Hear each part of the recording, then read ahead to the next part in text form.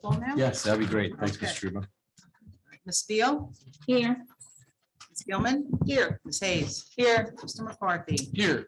Mrs. McGovern? Here. Ms. Alamis? Here. Ms. Telerico? Here. Ms. Tortorella? Here. Mr. Weinstein? Here. We have a quorum. Okay, I think we're gonna do a pledge of allegiance. Everybody can kind of rise. I pledge Allegiance to the flag of the United States of America, and to the republic for which it stands, one nation, under God, indivisible, with liberty and justice for all.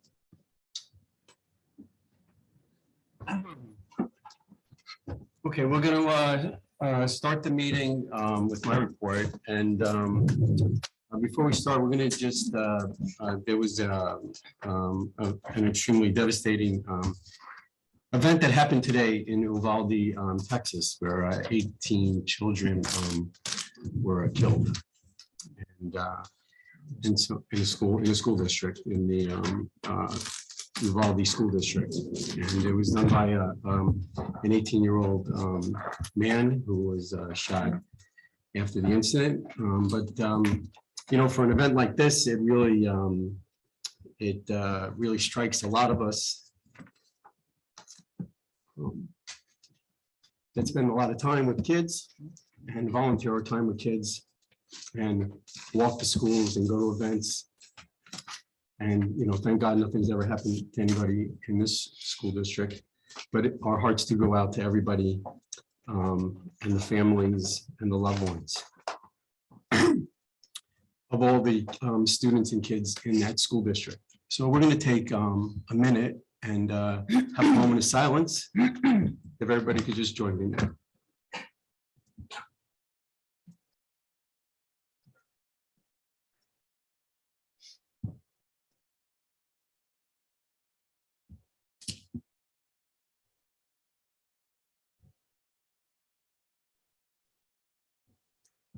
Okay, thanks very much. And sorry, as my fellow board members know, sometimes I can get emotional about stuff, so sorry about that.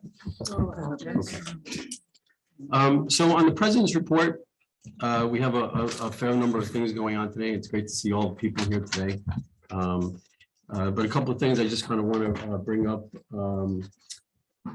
follow up to some things. So on the president's report, I did have a conversation with the state of Department of Education and had about a 45-minute conversation, and they went over with me the school funding equation, which you know, you don't need to know third degree, third level calculus, but it's kind of a little complicated. But a lot of the things that were discussed was how that calculation and our funding does relate to decreased enrollment and how that kind of takes into place. The whole intent of that funding was to really equalize opportunities for everybody in the whole state. And so they did go through that with me. The equation is in a document that I believe I passed to everybody. But it was a long discussion. And I think the thing I was talking to them about was the special situation we have in our school district and trying to get that across to them. So they listened, but I'm not sure what the action is that's going to be, any actions that's going to be taken from that. Okay. I think the other part to this is, I'm not sure if I should do this in president's report or do it in old business, because it does go to we were going to write a letter and send a letter out to the entire community. I gave a call to Senator Gopal and talking to him about how we wanted to send the letter to the community, urging the community to kind of voice their opinion about our funding. He said that he appreciated the call. He said one of the things that he's been doing is going to other districts in his region and sitting down and talking to the superintendent, the school business administrator, and other interested parties, and going through our numbers and seeing what he could do by pointing us to different places and seeing how we could do to alleviate some of the challenges we have in our funding. And so we didn't have the letter ready to go at that point, so I decided that what I would do is bring this up with the board. I've been going to talk to our board members about it. And thought, at least to me, what I'd rather do is, at this point, give Senator Gopal and the people that he brings along from the Department of State, from the Department of Education and other agencies to kind of sit down with us and have a discussion and see what he's able to come up with or give us light into our ability to get other things like disaster recovery financing and funds and the like. And and so we can talk about this now, or we can talk about this. Well, you typically don't have discussion in the president's report. Right. You should probably have. Right, so we can talk about this in I'll talk about it. later on in old business. But I wanted to give everybody a heads up, just so you knew what we were going to be discussing in old business, to make sure everybody had their thoughts in that right place. Thinking caps on. Thinking caps on. We're going to say your Right. thinking caps on. Right. Okay, so I think for me, that's it on the president's report. I think I will now turn it over to, we have student representatives, I believe. We do. We have Come on up. we have and, one at least. Come on up and give us the latest news. Right off the field, I think. Yeah. Perhaps. Did you Yes. win, or was this practice? No, I had a volleyball, not. Or the court, sorry. Good evening, board members, educators, parents, and fellow students. At the Ocean Township High School, many activities, sports, and clubs are doing many events and meetings. Many students are very happy about that. Spring sports have been doing very well. Last week was the Spartan Olympics and the Junior Prom, which were both amazing social events and had a great turnout. The Senior Prom is approaching next week. The end of the school year is approaching, and I think that this year was great and that we're finally able to have regular school without having the pandemic, like masks and stuff. It's getting back to normal and it's like really great. Thank you. Great. Hey, how'd you do today? Oh, no, I had a volleyball. It wasn't. Oh, practice? Practice, Oh, yeah. okay. All Was right. it a good practice? Yeah. Okay. All right. Okay. So with that, let me hand it over to Dr. Stefankowitz for the superintendent's report. Okay, great, thank you.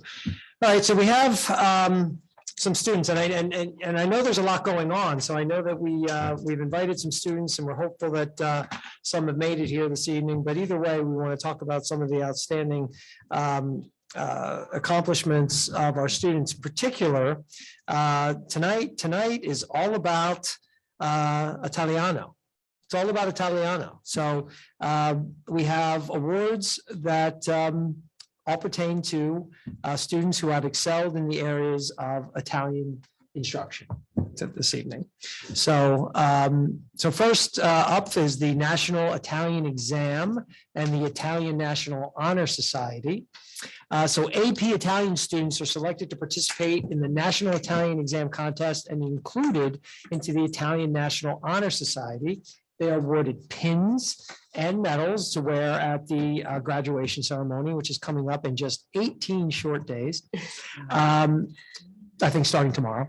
They wear them with pride and include these excellence in Italian achievements on their resumes. So the following AP seniors were inducted into the National Italian Honor Society, and these names we'll probably say multiple times, so there's multiple things, so forgive me. I'm almost wondering if I should go through the list and then just have the students come up, those who are here, because they're mentioned multiple times, so I just want to, rather than up and down and up and down and all that kind of stuff. Okay, so so these things, okay, so the AP students who were part of the National Honor Society, and once again, if you're here, just sit, and then we'll have you come up at the end, if that's okay.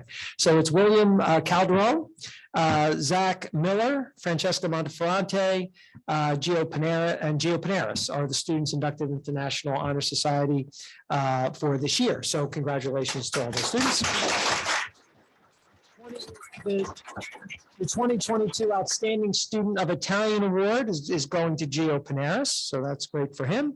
The Italian American Association of the Township of Ocean, otherwise known as the IAATO Scholarship, is going to Francesca Monteferrante.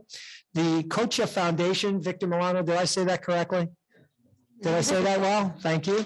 The Culture Foundation Passing the Torch Italian Studies Award and the Grand Lodge of the New Jersey Cherry Hill Order of the Sons of Italy AP Italian Language and Culture Exam. Also, those grant recipients are Will Calderon, Zach Miller, Francesca Monteferrante, and Gino Paneras. You see why I said that we were going to do it the way we were going to do it. And then the national, so actually, those are the seniors. So why don't we address those seniors, okay? So the seniors, if they're, once again, if they're here, Will Calderon, if he's here, I know he was pitching in a baseball game today, so I don't know if Will was going to make it today. So Will may not have made it. Zach Miller, I don't know if Zach is here. Zach's here. Hey, Zach Miller, very good.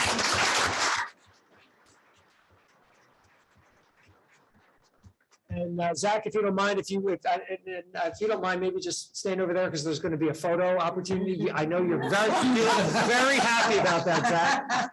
I know. I feel the same way. I really do. So just, you can sit while we wait, and then there's just one picture as we can do, because I know people want to get pictures. Francesca Monteferrante, Francesca's here. I'm not sure if she was able to come, and Gio Paneras. I'm not sure if Gio. Gio's not here. Gio is not here. Okay, Zach. Does anyone, What are we torturing? parents of Zach, anyone take pictures for Zach? Poor Zach doesn't. I know, poor Zach is just like, please, no. Let's go for it. Come on, Zach. Take pictures, Come on, do Zach. it. One picture, Do it. Zach. Come on. Come on, Zach. Come on, Zach. Let's hear it for Zach. Yeah. Yes. Let's get some shots. Pretend you're having fun. Nah. Thank you, Zach.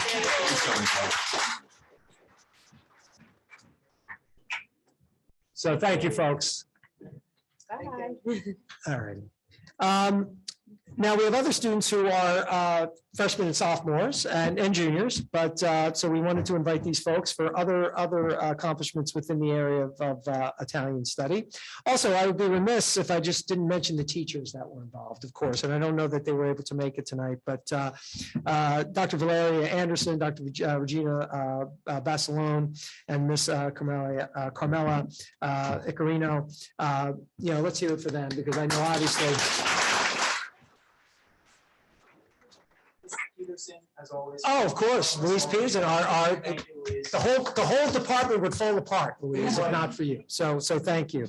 So, and forgive me for not mentioning you. My sincere apologies.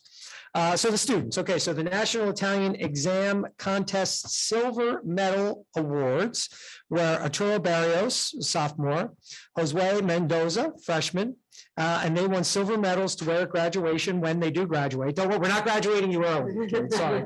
And a monetary scholarship of $50 each that you'll get at graduation. So if they're here, come on up. And the National Italian Exam oh, they're here. Yes, please. Okay, great.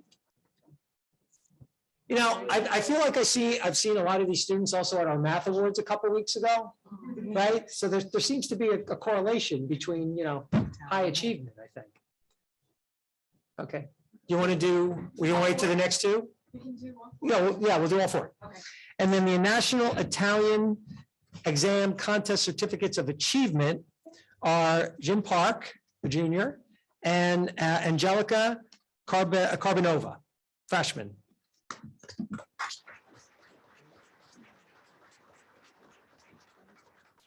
All right. So congratulations. Okay. Now pictures for you guys over at the step and repeat. So pictures. Parents, you want to grab some pictures? All of you? Some of you? One of you? Any of you? Come on, guys.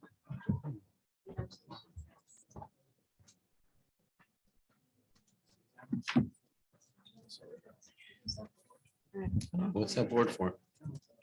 Well, I don't know if she needs it. No, I think it just hides the. Oh, it probably makes it. Congratulations, guys.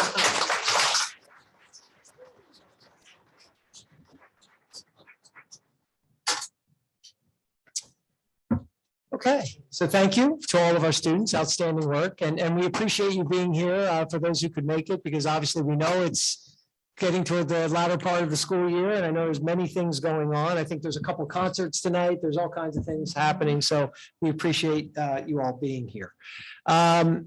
Next up in my report is we have a presentation.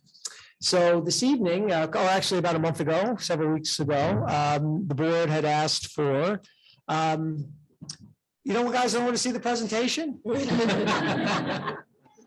Keep going, keep going. That was a good. Don't look back. That's a really good answer. That was a good Really good response. I answer. like that. They obviously have Italian homework. They have Italian homework that they have to do. I gotta go do homework. Yeah. Did you hear that? Thank you. That was great. It's, yeah, it's okay. Don't worry. Yeah. Thank you. Thank you for coming. I have homework too. Yeah. We have I think homework. we all have homework. That's what he did. We all have homework. Okay, so a couple of weeks ago, the board had asked for, obviously, it certainly has been in the news that there have been some changes coming to some of our health and physical education curriculum for the 2022-23 school year. And the board, particularly, there were some questions as it related to some of the areas related to sex education and gender studies. So the board had asked for a presentation on some examples of exactly what's going to be taught in some of the, I think, the areas that have been in question. So I asked Ms. Weldon to put together such a presentation, and she is happily here this evening to discuss these issues. And so I'll turn it over to Ms. Weldon. Ms. Conway, if you could bring it up, you have, there you go, maybe. Perfect. Okay. Good evening, everyone. So yes, this has received much attention in the news. I've had the pleasure of speaking with a few different parents over the last few weeks to try and provide some clarity on what is being expected of school districts in regards to the comprehensive health and physical education standards. And I'm hoping that tonight's presentation will add additional clarity to anyone who still has some questions about what is going on and how Ocean Township School District will be handling the new standards. So if you could advance the slide, Miriam. Thank you. Okay, so I'd like to first, before I begin, thank the health and physical education teachers who consulted with me and with their principals and their supervisors to put this presentation together. I do not have a background in health and physical education. I was an English teacher before moving into administration. So I really did enjoy hearing the input and insight from our health and physical education teachers. I'd also like to thank Allison Connolly, our equity coach, who also contributed some insight and information. And of course, our health and phys ed supervisors who are all here this evening. Mr. Patrick Sullivan, who supervises at the high school, Mr. Patrick O'Neill, who supervises at Township of Ocean Intermediate School, and Ms. Denise Pelea, who supervises health and phys ed for the elementary grade levels, all three schools. So I'd like to just thank them in advance for their support in this presentation. A little background, the Department of Education signed and released new standards known as the New Jersey Student Learning Standards 2020, and they did this in June of 2020. They did this in every content area that you see listed here, not just health and physical education. They revised and updated every content strand except for math and English language arts. So school districts across the state have, for the last 2 years or so, year and a half, been working to write new curriculum aligned to these standards. So I would like to clarify, because this was part of what you heard in the news, whether or not the DOE mandates curriculum or school districts mandate curriculum. The New Jersey Department of Education releases the New Jersey Student Learning Standards. They do not mandate curriculum. School districts are then mandated to write curriculum aligned to these standards. So that is something that has always been the case. School districts have always had to write curriculum aligned to the New Jersey Student Learning Standards. The part that is new is that there are new standards now. They've been updated. In some cases, it required a great deal of rewrite to our curriculum. In some cases, it requires minor review, revisions, incorporating some new concepts. And it really depends on the content area, the depth of the work. In Ocean Township, we did a lot of this work last summer, and we're continuing with this work this summer This spring, we've already entered into some curriculum writing. You may have seen board agenda items approving hours and people to do this work. So that process is ongoing, and the final documents will be up for review and approval before the Board of Education this summer. Okay? Okay, so now I'm going to specifically go into more detail about the health and PE standards. If anyone would like to read the full standard document, it is linked here in this presentation. This presentation is on the board agenda, and it will also be posted on our school website under the Teaching and Learning tab. Okay, but it is there for anyone who would like to read the full document. Okay, please advance, Ms. Conway. Thank you. New Jersey Student Learning Standards in Comprehensive Health and PE, CHPE, you'll see referenced throughout the rest of this presentation, is broken up into 3 standards: 2.1, personal and mental health, 2.2, physical wellness, and 2.3, safety. I will tell you that much of the scrutiny has come into play regarding standard 2.1, personal and mental health. So this presentation focuses in on that standard. Okay, but this is, I'm also, as I present to you the areas in question, I am also trying to help you better understand the structure in which the standards are written. So there are 3 overarching standards, and those are them right here listed out for you. Please advance. Okay, then those standards are broken up into disciplinary concepts. All right, the disciplinary concepts are listed here for you to see. And the ones that apply to 2.1, which we just looked at, personal and mental health, are the first 5: personal growth and development, pregnancy and parenting, emotional health, social and sexual health, and community health services and support. Okay, the other concepts that fall under physical wellness and safety continue on here: movement skills and concepts, physical fitness, lifelong fitness, nutrition, personal safety, health conditions, diseases and medicines, alcohol, tobacco, and other drugs, dependency, substance disorder, and treatment. Okay, so you have these 3 overarching standards, and then they are broken up into these disciplinary concepts. Please advance.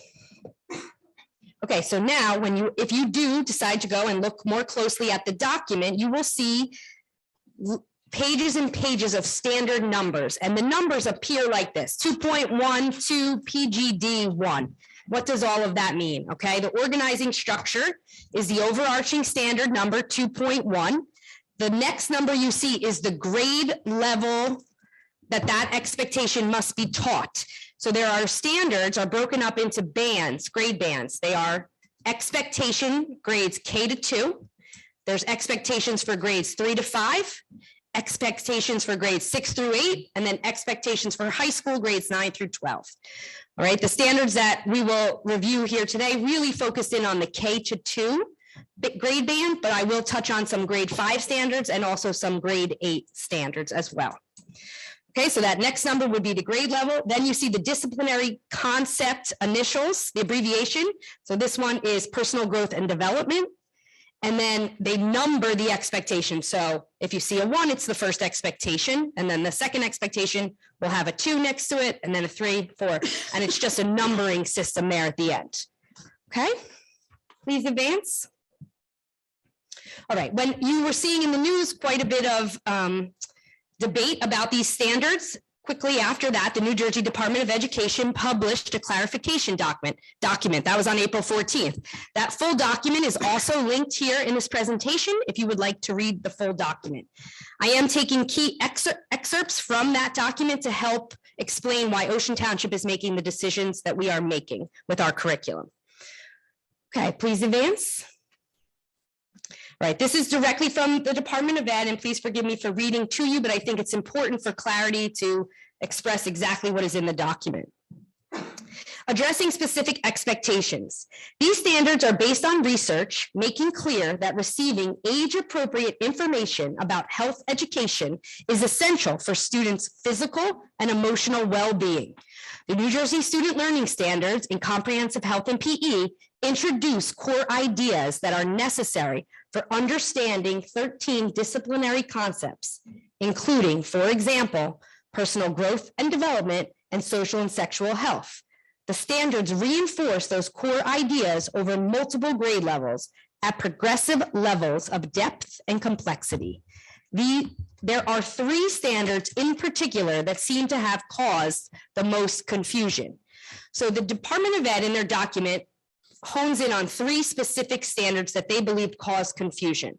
I've added an additional one because I did receive a number of phone calls about that one and I wanted to address it in the presentation. But I did want to clarify that the DOE honed in on 3 specific standards causing confusion, and you will see that as we go through. Okay, please advance. Standards in question for grade 2. So as a district, Ocean Schools will teach these standards in question at the oldest grade level allowed by the standards themselves. So if a standard must be taught by the end of grade 2, and it covers kindergarten, 1st and 2nd grade, we will teach it in 2nd grade. If it is a standard for grades 3 through 5, we will teach it in grade 5. And standards for 6 through 8, we will teach in grade 8. Okay, and much of that was already in our curriculum at those grade levels. So that's not a major shift for us.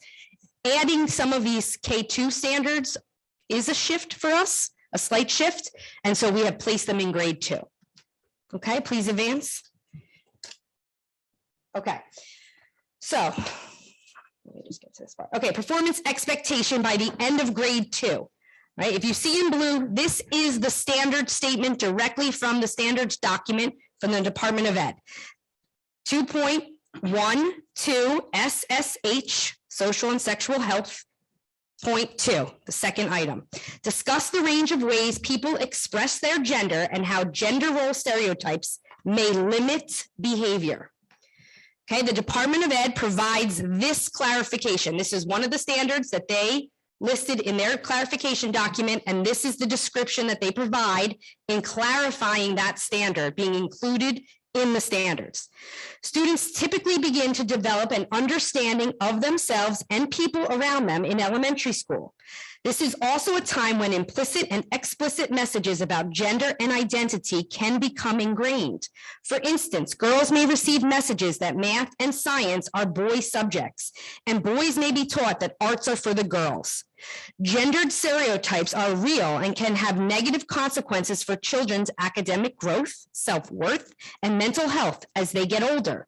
These standards are designed to ensure that children understand that everyone has the ability to live their life in the way that suits them, no matter their gender. They should also help children to understand that every person deserves respect, no matter their identity or expression. Children also initiate and develop relationships and navigate increasingly complex peer relationships in school settings. The inherent complexity in peer interactions can be challenging for students from all backgrounds, and the rise in mental health concerns suggests a need to promote healthy relationships and positive self-worth at early ages. Beginning these conversations in early elementary school will help students develop empathy for a diverse group of people and to learn about how to show respect to people no matter how they identify. Okay, so in Ocean Township, we already have a strong sense of inclusion and acceptance and respect for all. We provide safe school environments, and we nurture that through our schools in many different ways outside of our curriculum. Kindness activities, respect, week of respect, and then activities that get continued on all year long. Okay, but to teach this standard, you'll see, if you could please advance, Ms. Conway. Together with the elementary phys ed department, we have developed a lesson to teach this standard. It will take approximately 1 class period in 2nd grade, and it would follow these steps. The lesson would ask students to identify careers that they want to be, that they want to pursue when they grow up. And a teacher could have poster board posted up around the room, and students could, as they call out different careers, the teacher would put the careers on the different poster board around the room, or, across the board, whatever setting that is best for the teacher. Okay, then they would ask the students to walk around the room and write who who will have that type of career? Will it be a boy? Will it be a girl? Or could either, both or either have that career? Then the teacher would move on to stereotypes and defining what a stereotype is, given the definition. Could you please advance, Ms. Conway? Okay, step 3, defining stereotype. Okay, to extend the conversation about stereotypes and stereotypes with careers, the teacher could involve the conversation around toys. What toys are usually specific to girls or specific to boys? Do they have to be that way? And involve that conversation in the lesson.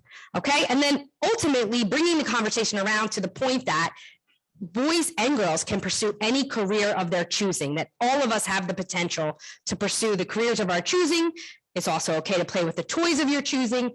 And as an extension activity, a teacher could invite parents, community members, different stakeholders from Ocean Township to be a guest speaker in a classroom, and perhaps choose people that are male or female in non-traditional careers as a point of discussion and to talk to the students about how that person achieved that career and chose that pathway in life. Okay, and that would be the grade 2 lesson plan for that standard. Could you please advance, Marianne? Okay. This is the standard that the Department of Ed did not include in their clarification document. However, I did receive a number of phone calls from parents and I thought it was important to address. 2.12, by the end of grade 2, again, personal growth and development, number 5, list medically accurate names for body parts, including the genitals. The NJDOE did not provide clarification on this standard. Our elementary schools will teach this standard in grade 2, the oldest grade level that is allowed. And when teaching the names for genitals, teachers will use penis, breasts, and vagina, and no other terms in grade 2. Okay, can you please advance, Ms. Conway? All right, now we're moving on to standards in question grade 5. Please advance. Okay, here's in blue is the New Jersey Student Learning Standard. Again, this is 2.1, grade 5, personal growth and development, number 4. Explain common human sexual development and the role of hormones. Then you see in parentheses, for example, romantic and sexual feelings, masturbation, mood swings, timing, and pubertal onset. Here is the New Jersey Department of Ed clarification taken directly from their document. Best practice is to introduce students to information about puberty prior to its onset so that children know what to expect. See these resources here listed. Waiting until after they have begun processing the feelings and emotions associated with puberty may leave children without the tools to appropriately process these changes. This can be a challenging time where students' rapid physical and emotional development can put them at risk for bullying, social isolation, and increased need for mental health supports. Instruction in upper elementary school focuses on the physical, emotional, and social changes that students may experience. The focus of instruction is to emphasize to students that developmental changes and feelings are normal.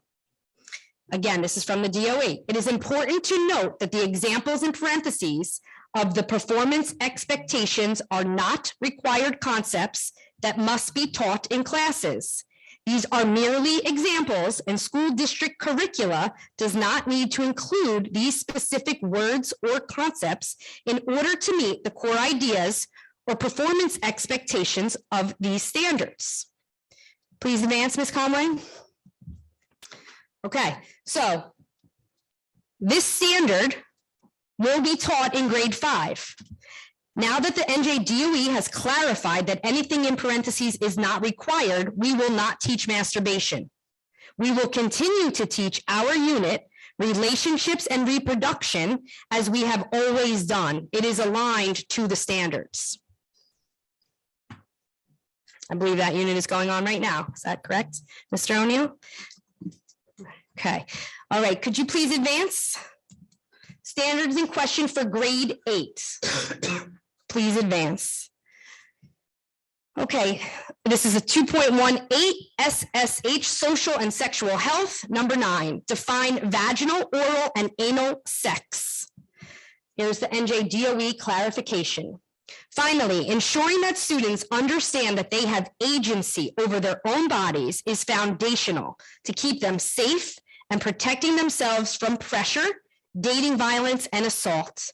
It is important to provide students language for and understanding of specific acts, empowering them to stay safe, evaluate risks, make informed decisions, and communicate health issues or injuries if necessary.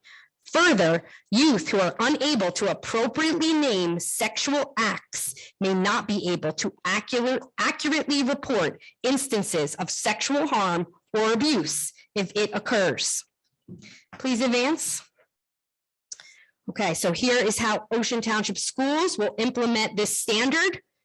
We are doing this already almost completely in our grade 8 curriculum. In the unit STI, HIV, and AIDS unit, we have added specific definitions for vaginal, oral, and anal sex. That is really the only change to a lesson that is already happening in our schools. And the lesson is to define STDs, name a few common STDs, and explain the following things: the difference between an STD and an STI, explain that you can only get an STD from someone who has one, that STDs are transmitted through oral, anal, and vaginal sex. Oral sex is a person's mouth on a person's genitals. Vaginal sex is a penis in a vagina, and anal sex is a penis in an anus. One thing all STDs have in common is they are transmitted through sexual behaviors. And then discussion will continue about high, low, and no risk sexual behaviors for STDs, HIV, and AIDS. Okay, and again, we already have that lesson, but to include the full definitions there was what we have added in consultation with the teachers at the intermediate school as well. Okay, please advance, Ms. Conway. Okay, parents have rights in all of this. It's very important for parents to know that they do have rights when it comes to this curricula. Could you please advance? This is directly from the code and also the DOE's clarification memo. The NJ DOE recognizes and respects that some families prefer to have these conversations privately. Pursuant to NJSA 18A:35-4.7, any child whose parent or guardian presents to the school a signed statement that any part of instruction in health, family life education, or sex education is in conflict with his or her conscience or sincerely held moral or religious beliefs shall be excused from that portion of the course. Parents and guardians seeking to exercise this option should contact their local school principal directly. I've added an asterisk because I want everyone to know that we will not wait for you to contact us. At the beginning of each health unit, the health teacher in collaboration with their principal will send home a letter that details when the health unit will start and the topics that will be covered, and will include a form for parents to return back to us, excluding your child from any portion of those lessons. Okay, we already do that in 5th grade, and we will now do that more readily in all health classes, giving parents, we will provide you with the form to opt out. You do not have to contact us. Okay, so that will be our process. That form will be developed over the summer and will be, each principal will have that and be ready to distribute it next fall. And they may hold it until right before those health lessons so that it is timely. So you're not opting your child out of something September 1st that's not going to be taught until April. We'll do it at a timely fashion to make you aware that these lessons are beginning. And that would be the time to opt your child out if you so choose. As you can see from the presentation, the lessons are a period or less than a period of instruction, the ones that were here called into question. So it is not major weeks of time to remove your child from instruction. It's short class periods of time. Okay, if you could please advance. I will take questions now, but I wanted everyone to have, if you could please advance, the contact information for the 3 supervisors, and then who are listed here, who I introduced at the beginning, and then my contact information is on the last slide. And this presentation will live on the website for further review Should you have questions? Yep. Okay, So I Thank think at this time, I think we're gonna limit the questions to the board. And then when we Okay, go into sorry. public, and then when we go into public comment, gotcha. we can open up to the Sorry. rest of the questions that might relate to that. Okay, Yes, I have a Grace question. Ann. Yep. Actually, three. go ahead. That's a great presentation. Thank you. My first question is, how long would a unit be? Like, how long would it take place? So a specific lesson. So the grade 2 lesson, we anticipate will be about one class period. At the elementary school, a special class is about 40 minutes, 35 to 40 minutes. At the intermediate school, it's a full block, 82 minutes. So on that one, I listed about half a block period. So again, about 40 minutes. Those two specific lessons that we outlined.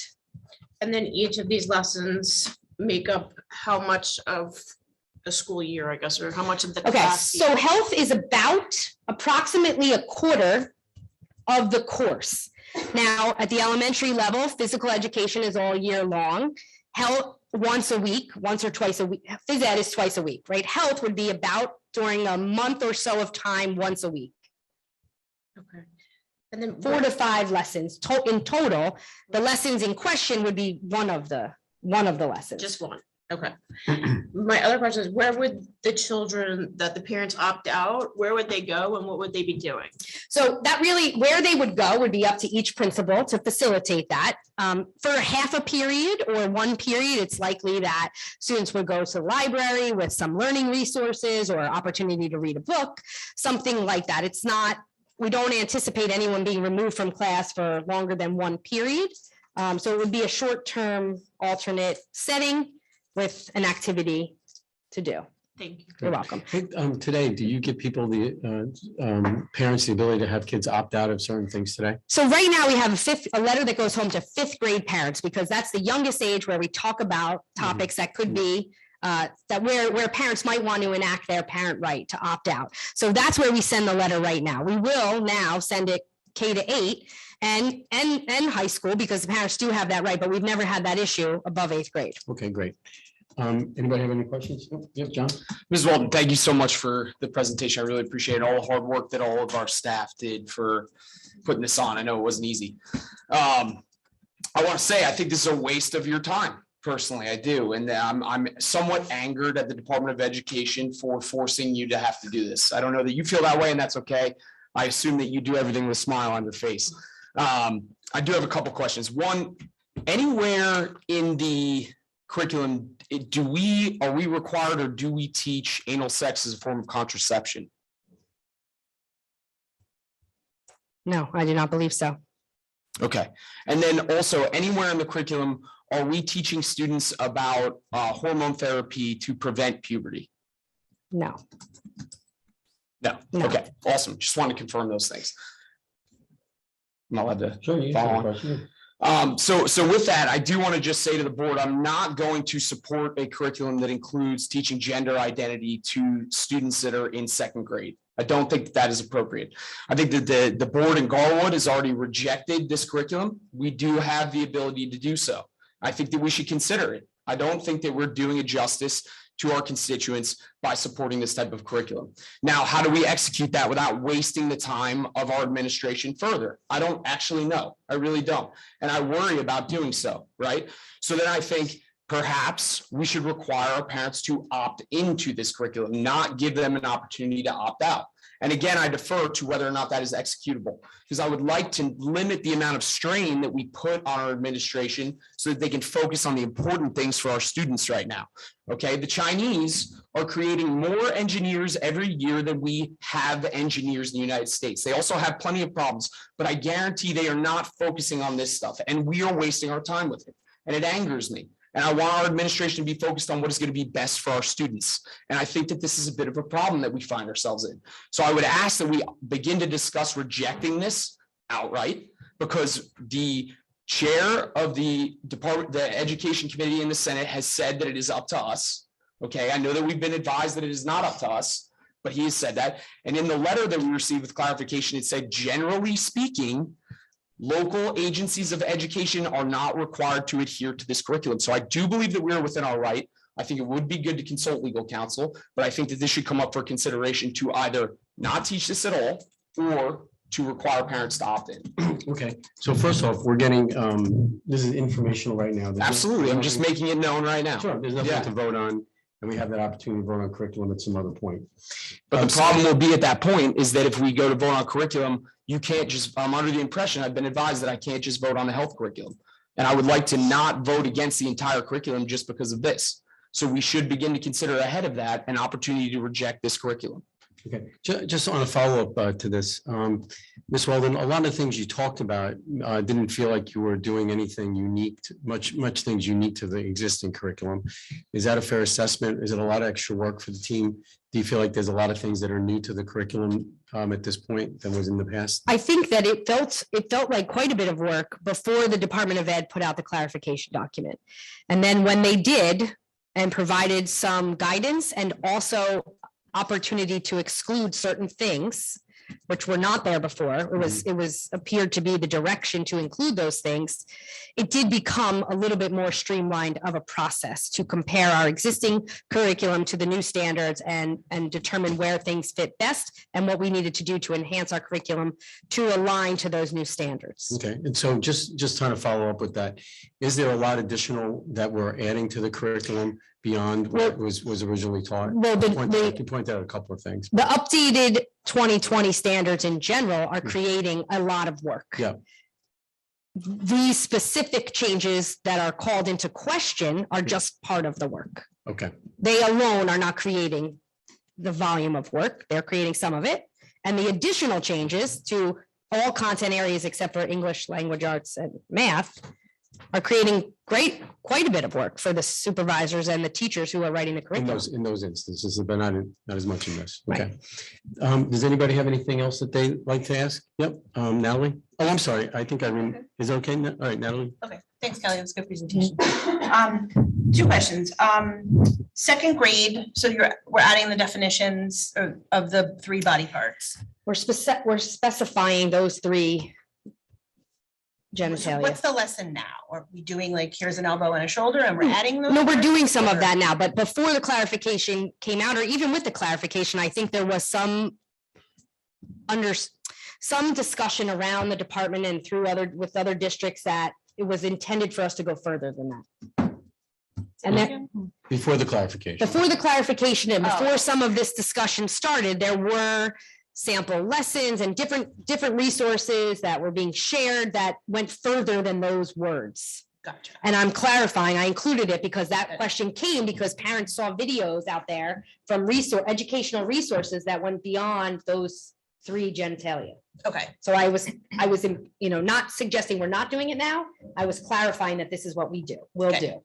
and then my second question is, the board received an email earlier tonight from an individual talking about gender identity theory, and I think my fellow board member just spoke about that, and I just want to be clear, we're not teaching that, correct? Is that in the standards in any way that we are going to be teaching that? Because I didn't get that from your presentation. No, we are going to teach that gender identity standard the way I showed you. As far as careers and things of that Correct, nature. correct. Thank you. Okay, great. Irene, It is not often that we provide a lesson plan when we present the curriculum. We do allow teachers the autonomy to develop the lessons based on the curriculum that we write that meets the needs of their students at the pace that their students need it, that provide the intervention and the prior knowledge based on the students that they have. In this situation, because of the concern regarding these standards, we have prescribed how to teach this lesson. We've met with the teachers and they understand they have no autonomy when it comes to this lesson. They are to teach it this way. So that is rare to see a lesson plan presented before the Board of Education. It's not something we normally do. But when there's so much misinformation. But out we're there, going have to no do that in choice. this case. Right. So to answer your question, is it possible someone somewhere, not in Ocean Township now, would teach gender identity a different way? Absolutely. But this is the lesson plan in consultation with the teachers that we have developed. And the teachers know that this is the lesson that they must use. Okay, thank you. Okay. The standard does state gender identity theory. It does. Is that not correct? I do not believe the word theory is there, but please forgive But it me. does I state will- gender identity. It does say gender identity. Gender, it says, discuss the range of ways people express their gender and how gender role stereotypes may limit behavior. Irene, do you have a question? Wanted to thank you, Ms. Weldon, for this presentation. And you kind of answered a few of my questions. The Department of Education puts this out for all school districts. Yes. Your job is to help our teachers. You have met with the teachers, you have met with the administrators. We have made whatever adjustments we've had to make in collaboration with them.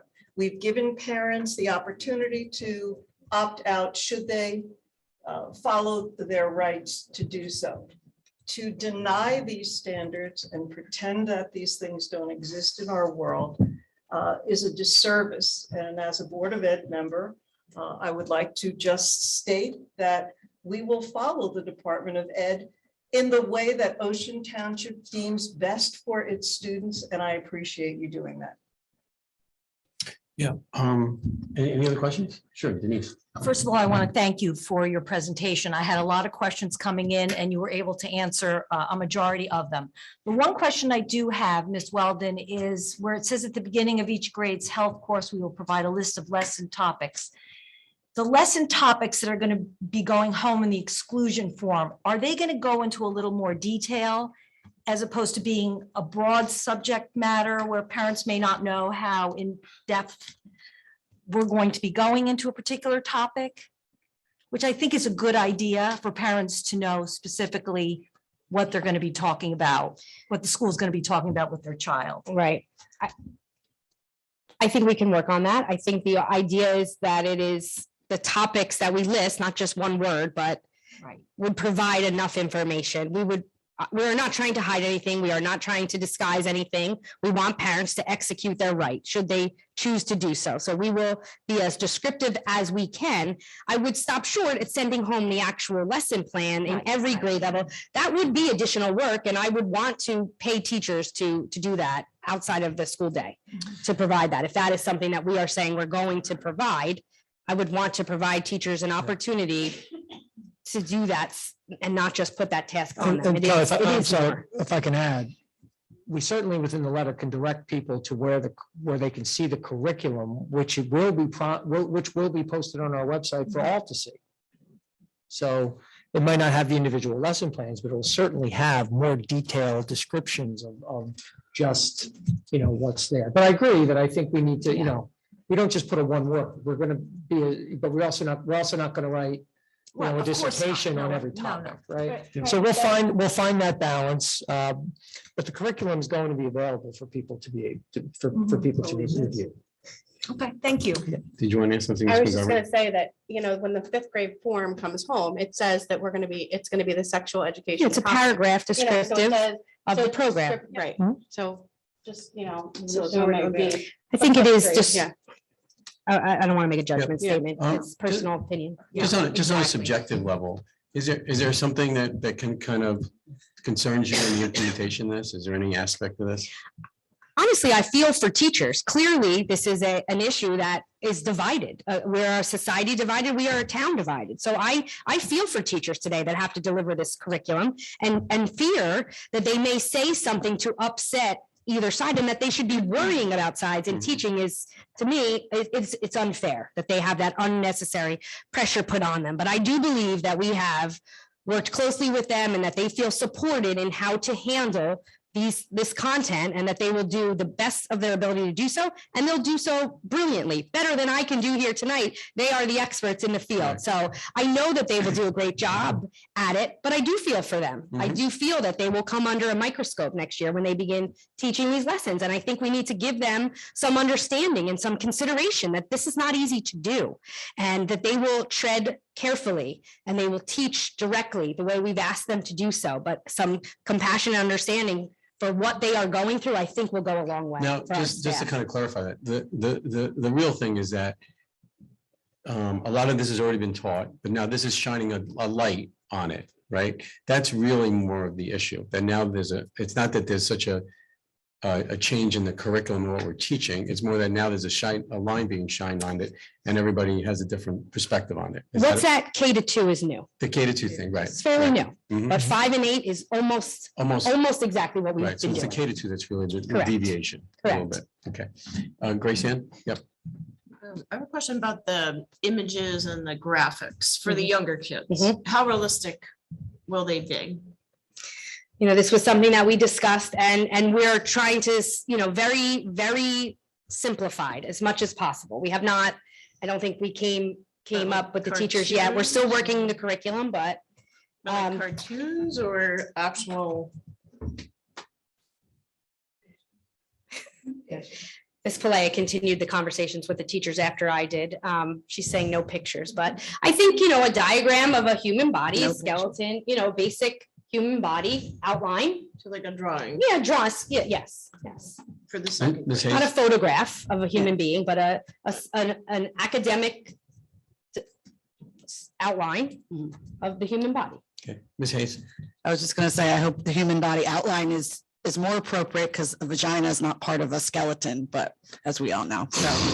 Yeah, muscles and bones. So, yeah. Muscles and bones. Was that your comment? The stick figure would look a little weird. Is that your comment? No, I actually have a question and a comment. Well, I think both of you answered my question about the handouts or like a diagram or a cartoon. I think some of us on this board would support, if we needed to, perhaps the paying of teachers to actually see actual lesson plans. I think that might assuage certain parents' worries, about what we're showing. So thank you for clarifying that. I do think the curriculum standards and your sample lessons, even though they were worded, and weren't pictures, were appropriate, especially for gender. I just wanted to issue my comment that in the CBS News report on March 31st, and I'm happy to provide the link, every major medical association in the United States has spoken out against anti-trans legislation, citing studies that found transgender children who are supported and have access to gender-affirming care experience dramatically lower rates of depression and suicide than their peers. Also, Dr. Jason Klein, a pediatric endocrinologist and medical director of the Transgender Youth Health Program at NYU Langone Medical Center, says, not allowing people to start to align with their gender identity is quite damaging. We know that trans kids have a higher rate of depression, a higher rate of anxiety, a higher rate of self-harm. Nearly half of trans individuals who are not affirmed when they are young attempt suicide. I think it's appropriate that we expand some of these classroom discussions, and I thank you for your presentation. Great, Thank thank you. you. Okay, I think we're gonna, thank you, Ms. Weldon. Really appreciate the work and the work by the team. Can I add one thing? Sure. Thank you. Yes. you can hear. I just, and I just also want to echo with, I think it's a very good presentation and I appreciate the work that Ms. Weldon and the supervisors and the teachers did. So often we sit at this table over the last so many years and we talk about the what ifs, right? What if this happens? What if that happens? What if? And I think I have such tremendous faith. I want to just echo what Ms. Weldon said. I have such tremendous faith in our staff members, the teachers and the administrators who oversee those individuals, that they will provide the appropriate age, the age appropriate and content appropriate experience for our children. I'm not sitting here saying that everything is going to always be perfect. What I'm saying is that I think our teachers are experts in their fields and they know what to do. And so often sometimes we get so hung up on the what ifs before something ever happens. And then when it happens, we all step back and say, okay, that wasn't so terrible. That wasn't so bad. Gee, that was okay. I think we need to let the process play out. I think we've outlined for our community exactly what we're going to teach. And I think we have to put the faith and trust in our educators to do their jobs. And if there's a problem that arises, then we can address that problem. But to sit and dwell over every what if scenario is, I think, not always productive.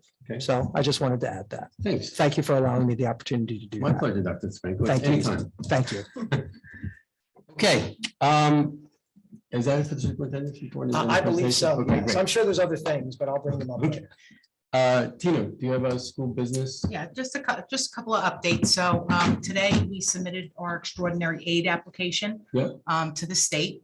So we'll await to hear what we get. We're hoping at least 85 to 90% of funding. Over the course of the past 6 weeks, my department has been working on RFPs for a new auditor, a broker of record for property and casualty insurance, and a broker of record for health. I'm hoping to have a recommendation that we could vote on for the June 14th meeting. Great. Okay? Great. And I Outstanding. just want to add too, that we probably have more RFPs this year than we would typically have in a year.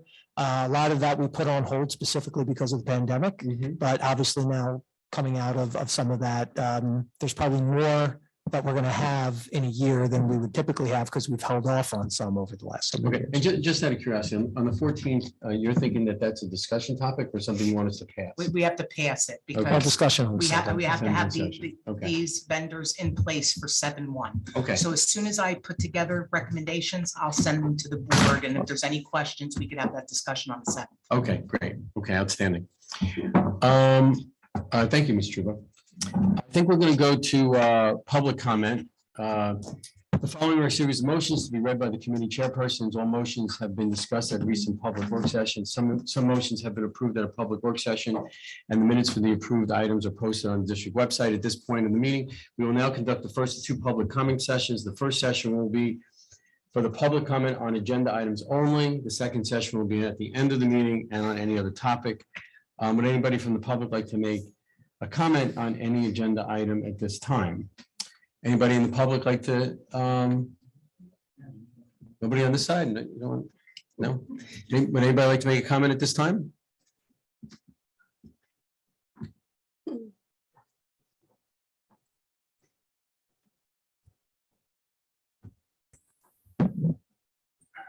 Can you just state your name and address, Paul? Paul Meyerowitz, 14 Magnolia Court, Ocean. Got that, Tina?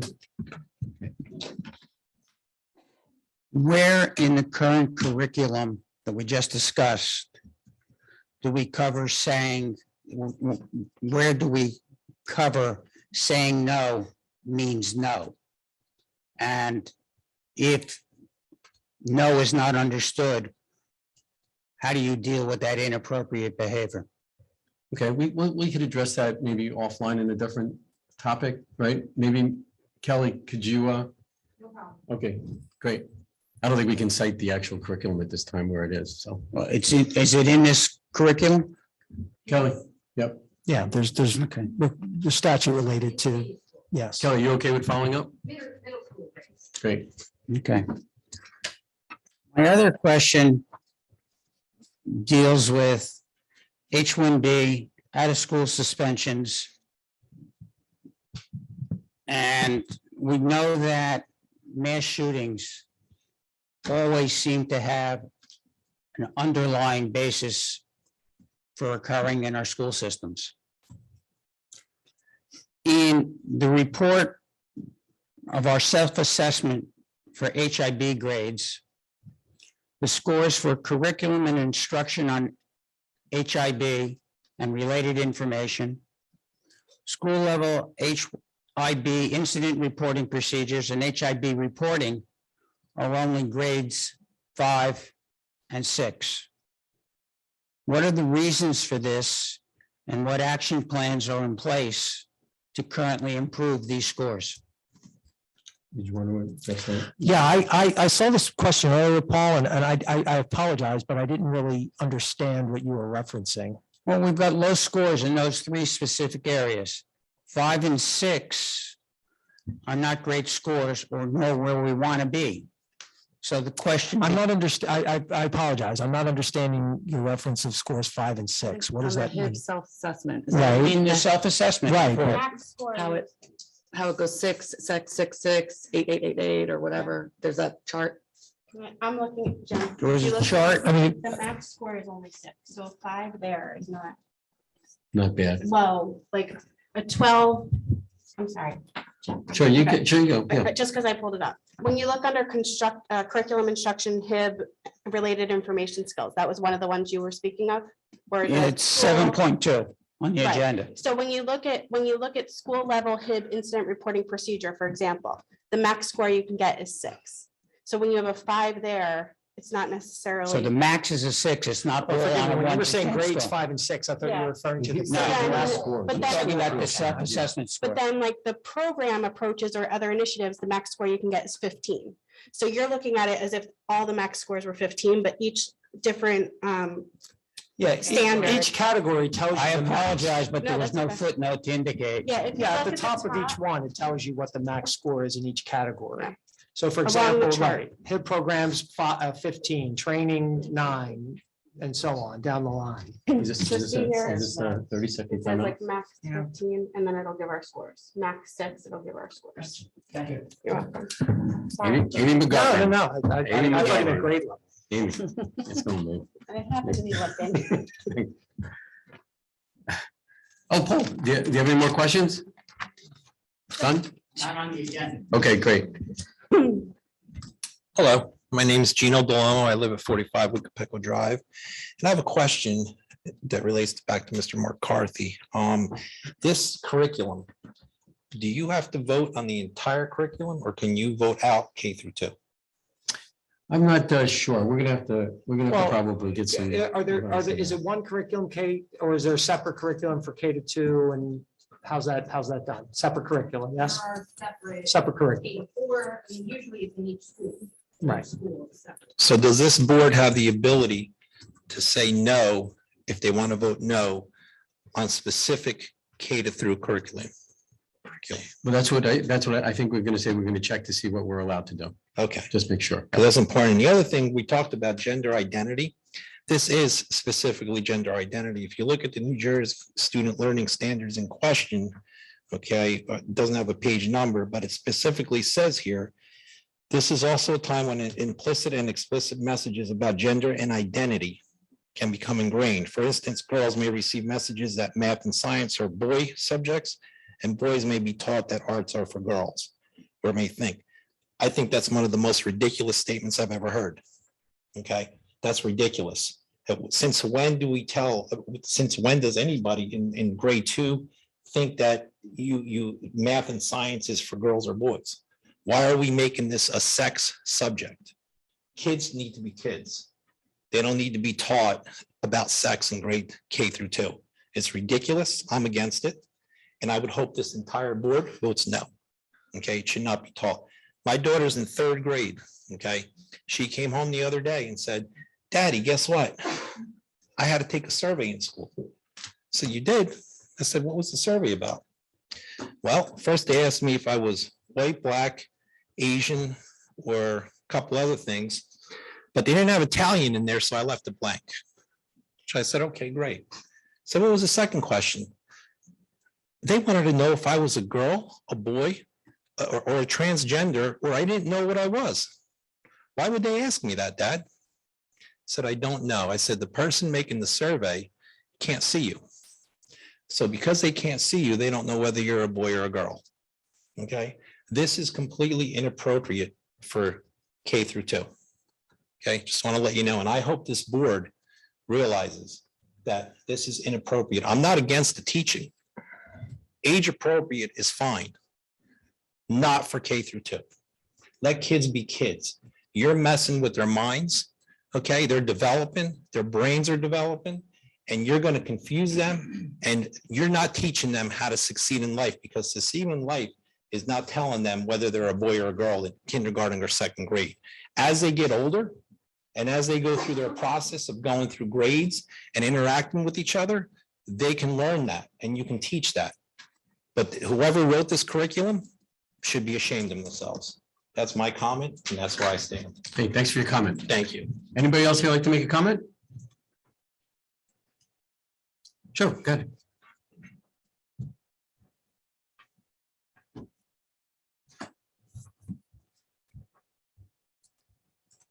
My heart is pounding out of my chest right now, so excuse me if I'm having trouble talking. Helena Pepe, Ocean Township.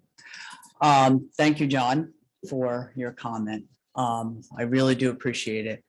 This is an extremely personal issue for me, which I'm going to try to keep it together. Having a child that went through this school several years ago, finished a few years ago, with the identity issues that were brought up back then, even in 2014, 2013, this gender identity was a big issue.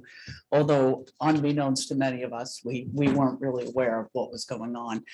Most of her friends turned, to these types of groups, and in an effort, I think in a lot of ways as kids, you're going through trying to belong, trying to fit in, you're in ninth grade, you're just going into puberty and you're trying to figure stuff out.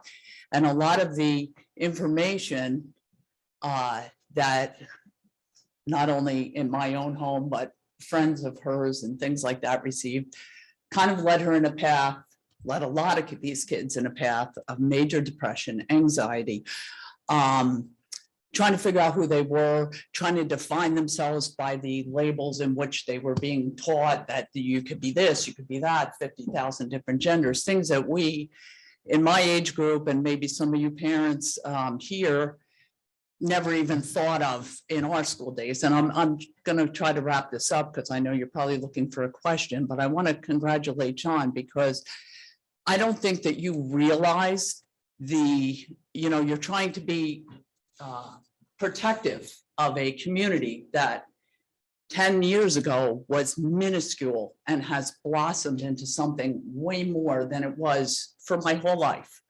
And I'm not saying anything against the community. I have a brother that's gay. He's married to a man. I love my brother-in-law. I have nothing but great things to say for people for the choices that they make. Those are their choices. But I think what we're doing here is we are confusing the hell out of our kids, especially the ones who are more vulnerable. The kids that are really strong with who they are and their identity, that's fine. But you have a lot of children that are totally messed up by the time they get out of this because they absolutely don't even know what they are. Okay. And it took her 3 years to get out of this school to finally say to me, you know what? I'm not trans. But the fact of the matter is the whole high school years, she thought she was. Okay. She was told she was pushed in that direction by her peers. And the other thing is there's a lot of social media going around where these kids want to self-diagnose themselves with some mental disorder because somehow that is creating a uniqueness among them. Okay. It's like almost like I don't even know how to explain it. It's very sick, but a lot of these kids are actually thinking, well, if I have this wrong with me, and they're comparing notes as to what disorders they have. And, it's crazy. And I'm not saying that's coming from the school because it's not. Okay. But all of this stuff is very tied in together and it is extremely, I can't, my heart's pounding, but I'm just asking you guys to consider that there might be something else like voting no, like opting out of this entire gender thing and focusing in on academics like some of the other schools. Garwood, I did read that too. And some of the other schools, one school put it in for one day at the end of the year. That was the only day they were going to teach anything having to do with this. And this doesn't mean don't be nice to people. Don't protect people's, don't respect people. What that is an anti-bullying policy, which you guys have. And if it's failing, then maybe the focus should be on anti-bullying and not worrying about making sure everyone knows what everyone is and saying you all have to be nice to this person because they think that they're this or they want to be this. You have people, I'm telling you, somebody told me in the school, I don't know if it's the high school or the middle school, somebody identifying as a cat. and has to meow. And what do you have to meow back? I mean, are we gonna start putting litter boxes in the classroom so they could go there? You know, it's beyond, it's just beyond my, you know, and I'm still trying to peel the onion from the damage, to tell you the truth. And it's heartbreaking for me personally, which is one of the reasons why last year I ran for the board. And I think people thought maybe I was homophobic because I had some stuff about LGBT on my flyer, but this is really, really personal. And I just hope you guys really think about the damage that's getting done to these kids in the confusion that they are in at these ages. Thank you. Great, thank you. Thanks for your comments. Anybody else here like to make any comments? Ms. Conway, anybody remotely like to make any comments? Yes, President Weinstein, we have two commenters. Our first commenter is Allison Oscan. Please go ahead. Hi, everyone. Can you hear me? Yes, hear you fine. Okay. Hi, Allison Oscan, High Ridge Road in Wayside. I really wanted to be there in person tonight, but I'm a bit under the weather. So I thought it would be nice to spare you my germs. So just please bear with me. The conversation that's happening right now regarding the so-called sex ed curriculum, since I agree with Ms. Weldon that it is much more than that, is also extremely personal for me for numerous reasons. And I wanted to focus on a few of them tonight. But before doing so, I wanted to very clearly state that as a parent in this district, I fully support this curriculum and in fact, wholeheartedly accept it and celebrate it. I actually think it's long overdue, and I disagree strongly with Mr. McCarthy that this is a waste of time. I'd like to tell you a few reasons why. I'm the oldest of 3 children. My little brother, who is 7 years younger than I, is hands down one of my favorite people on the planet. He's smart, he's funny, he's a successful lawyer, he's a great friend and brother, and he also happened to be born gay. When we grew up in Freehold Township in the 80s and 90s, this wasn't talked about at all. He was 12 when he started therapy for the first time because he knew that he was different, and it manifested in him as OCD. He obsessed about things that 12-year-old boys shouldn't, because somewhere in his consciousness, he worried that everyone would know that he was different and worried about what that would mean. That therapist told my parents, by the way, that it was a phase he would grow out of. It was not. Throughout his years in middle school and high school, I saw him go through the stages of anger, depression, questioning why him, having secret crushes on boys, but not being able to share them, and so much more. And thankfully, eventually acceptance, self-confidence, and true happiness regarding this part of his identity. Unfortunately, nothing throughout his schooling helped him during this hugely important developmental time. I genuinely wish that he had the opportunities in elementary, middle, and high school that this curriculum will be affording my children now. Luckily, he had a truly awesome and accepting family, and older sister especially, but many are unfortunately not so lucky. I've taken these experiences with my brother to heart throughout my life, most currently to my role as mom. I have 2 children at Wayside. My daughter's in pre-K, entering kindergarten in September. My son is finishing 1st grade, and therefore entering that 2nd grade year that Ms. Weldon so eloquently spoke about in her presentation, and that some folks seem to find is quite an issue. Mr. McCarthy, I know, vehemently disagreed with it. My son may not be what is known as a quote unquote stereotypical boy. He's sweet, he's sensitive, he's keenly aware of those around him. He's ridiculously observant and inquisitive. He sees it all and he takes it all in. He's not even 7 yet, by the way. He'll be 7 in August. He may be straight, he may be gay. I don't know that yet. He doesn't know that yet, but the universe certainly does. And everything that has been taught to him by his family, his friends, his teachers, his society, up until now and beyond now, will contribute to how he not only views himself, but views others as well. And as Ms. Hayes stated, this is true, probably even more so for trans children as well. I am truly mystified as to why it is so very scary for some to talk to children about gender, identity, expression, diversity, respect, and yes, eventually sex, and oh, the horror, the proper names for body parts. And just in case you're wondering, yes, I did read all of the proposed curriculum the state put out. There is no doubt in my mind that this curriculum is awesome, and in my opinion, very much needed and welcomed. And once again, I fully support it. Thank you for your time. Thank you for your comments. Ms. Conway, anybody else? Yes, President Weinstein, we have Anne Marie Vasconcelos. Okay. Please go ahead. Hi, can you hear me? Absolutely. Yes, hi, I'm Anne Marie Vasconcelos, 456 Roosevelt Avenue in Oakhurst. Like the previous commenter, I also wanted to express my extreme support for this curriculum. I also have young children. I have a recent 6-year-old in kindergarten. My 3-year-old will be starting in pre-K at Ocean Township Elementary in September. They both already know about a penis and a vulva because that's what it is, not a vagina. You know, and it would be good if people, you know, if you're going to teach it and it's on the slide, I can't believe that it wasn't a vulva, but anyway, off my soapbox. I mean, like I said, my 3-year-old can speak about his body parts, as has my 6-year-old since he was able to talk. I don't see why this is a problem. And I'd like to say I'm very supportive of the gender curriculum specifically. My 6-year-old for always has loved things that are not stereotypical boy. It has never been a problem for him. And I have noticed since he started kindergarten, he has become much more aware of what the other boys do and has said to me about things that he likes. And he's like, I don't know, the other boys don't do that, or the other boys, and that breaks my heart. That's not how it should be in 2022. So yes, this is something that I think should be addressed in schools. It should be an inclusive environment for everybody. There's nothing wrong with these kids talking about things that naturally occur. And I just want to say that I'm fully supportive. And I know that there's a lot of vocal opinions, particularly on the against side. And I have to say that I've spoken to a lot of the other parents of the kindergartners in my son's class, and I have not met one that had a problem with the curriculum. And that's why I wanted to at least dial in. I'm a single parent. It wasn't possible for me to be there and to put my kids to bed. But I feel like our voices, those of us who support the curriculum, who think it's a good thing, probably are not vocal enough.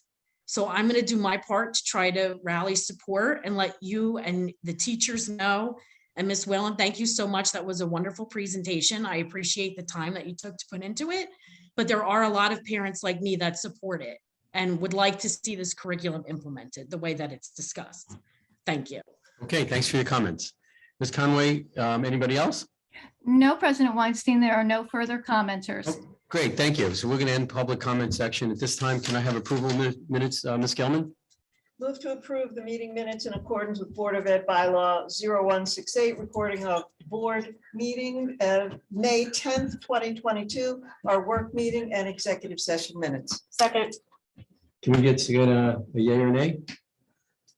Any comments by the, any comments for them? Abstain. Abstain, okay. Can we get it? I'm sorry, all in favor? All in favor, aye. Okay, and Ms. Talerico, you're abstaining. Abstain, right. I think we're going to move to personnel, if that's okay, to kind of skip the line here. Ms. Paramus? Yes, let me just get to it. Me? Yes, 8.1, move to approve the following resignation, Eric Rutan, special ed teacher at the high school. 8.2, move to revise the unpaid family leave of absence for Antoinette Inguli, bus driver, to reflect an earlier end to the leave, April 24th, 2022. 8.3, move to approve an unpaid family leave of absence for Romy Georgianow, instructional assistant at the intermediate school for the period of May 27th through June 21st, 2022. 8.4, move to approve Janice McDowell as the facilitator for the 2022 Spartan Ready Skills Camp, Wayside Elementary School. Ms. McDowell will facilitate the program during the period of July 5th through August 14th. 8.5, move to approve the following staff members to work the 2022 Special Ed Extended School Year Program as listed below. 8.6, move to approve revisions to the following job description, which is supervisor of English as a second language, grades preschool through 12th, and social studies, grades 6 through 12.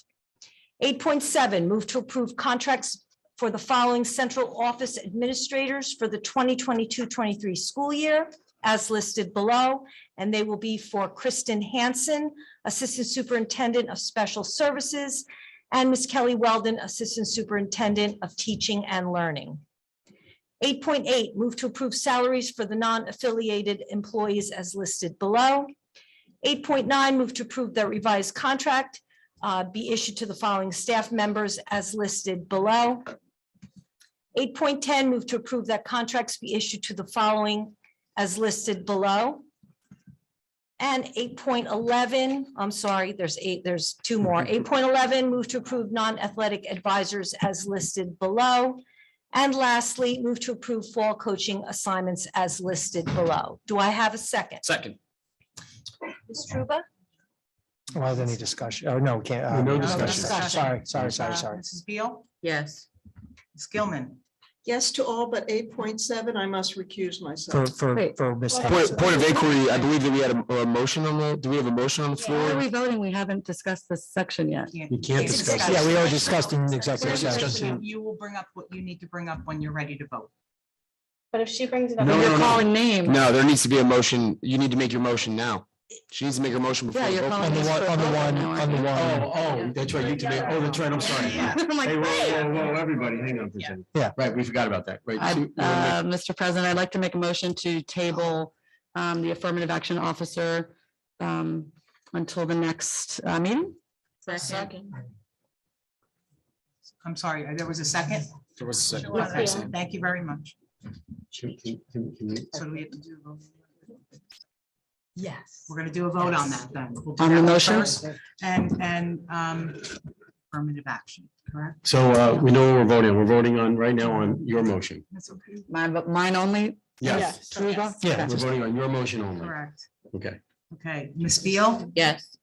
Ms. Gilman? Yes.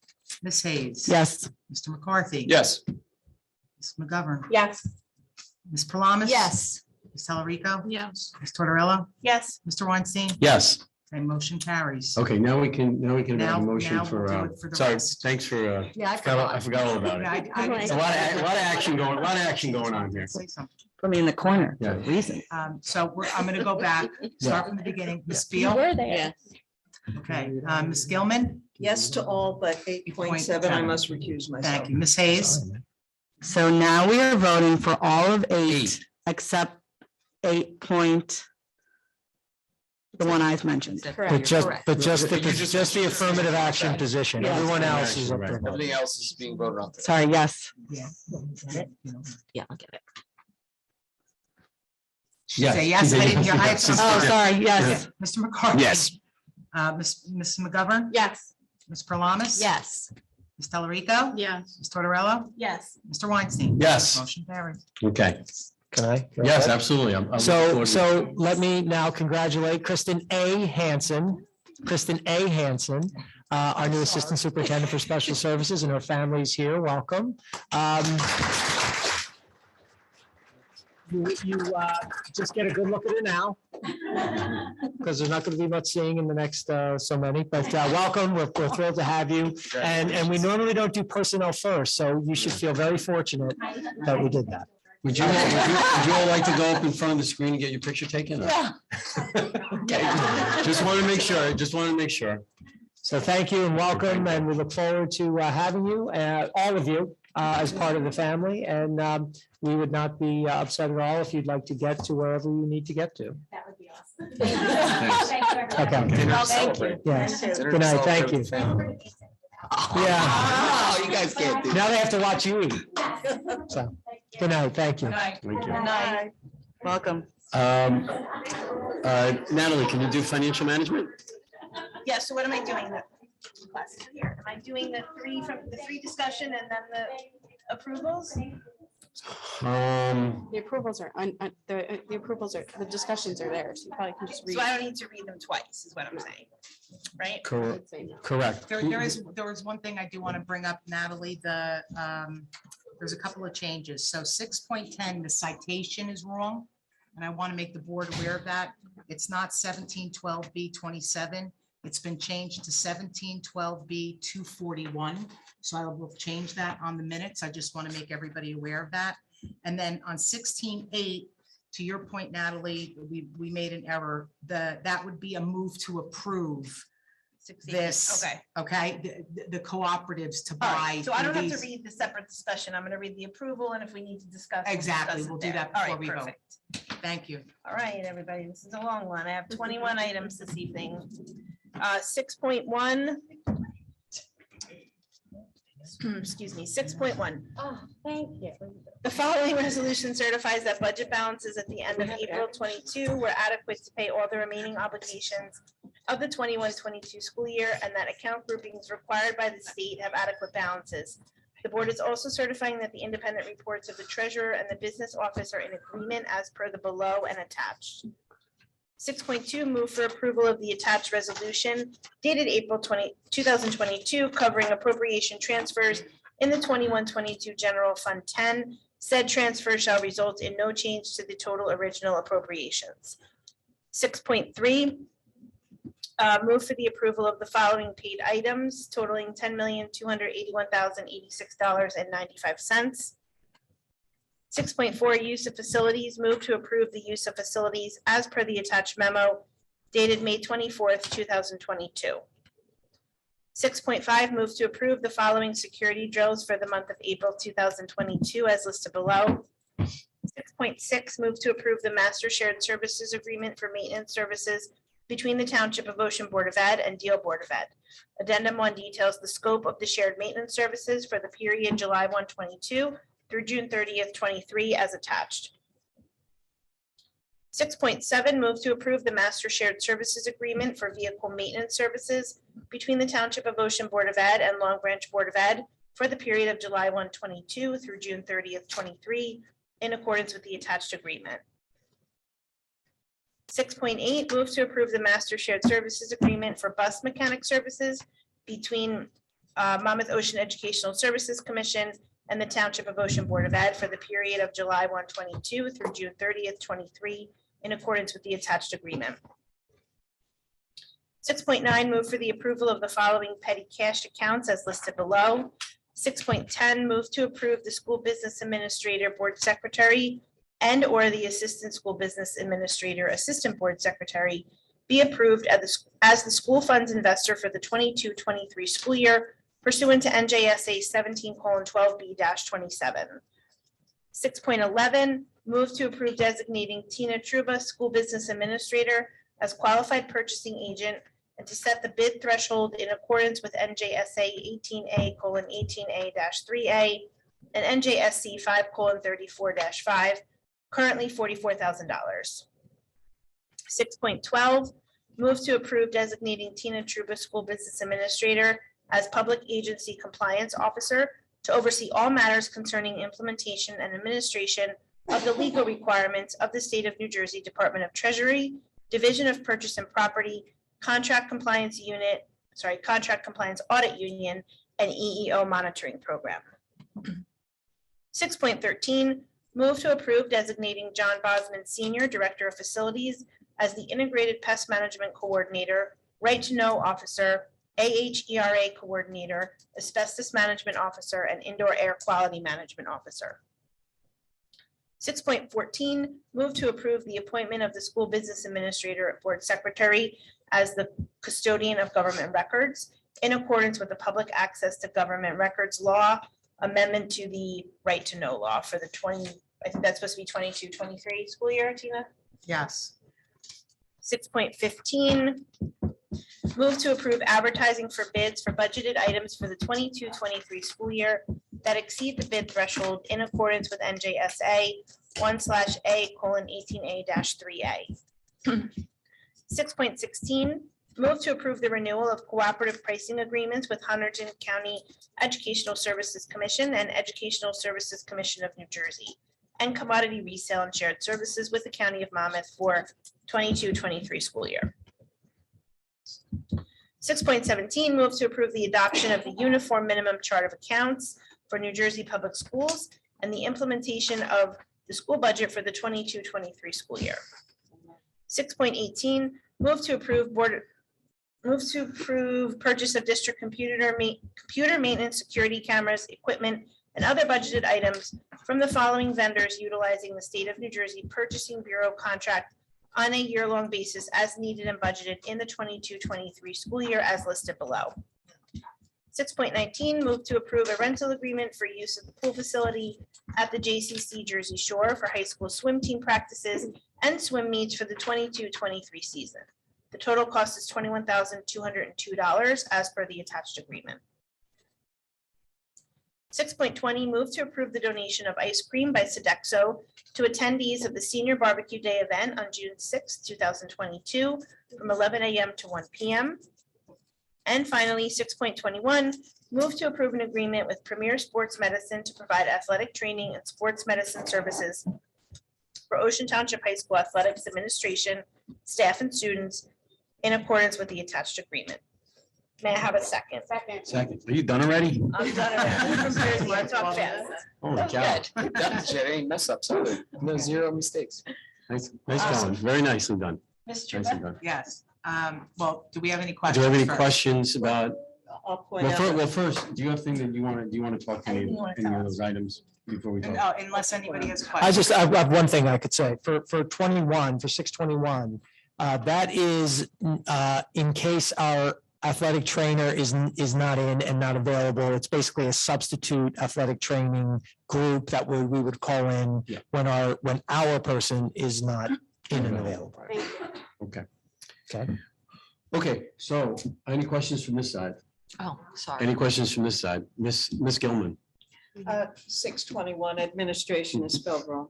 Okay, thank you. That's. Maybe every other that's- word is that was spelled wrong, it. and administration spelled right. You think of that. Ms. Hayes? Just can't let it go. I have two questions, 614 and 6.4 and 619. I'm gonna start with 6.4 facilities usage. The tutoring company that's coming to the high school, is that it's a completely private endeavor, or are we hiring them and offering it at a discount to students? What I need to do is I'll find that out. I believe it's a Get back to private, I believe it's a private.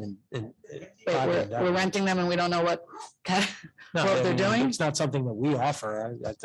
Okay, because Yeah. on their website, they do offer school districts like a discounted rate, so I didn't know if that's what it was about. You throwing things? Come in and interrupt the meeting. Can we say with the question? Yeah. So it is not a school-sponsored tutor? No, no, Okay. no. And do we I know, don't know if we're getting, like, if one of our students want to do it, if we're getting a discount. So I yeah, can and find is that this, out. is this for Ocean Township students? Or is this for the community and they can come in? It's a combination of both. I do know that. And in their lease agreement, it talks about the COVID Yeah. procedures and all that kind of stuff. Okay. They're exam prep.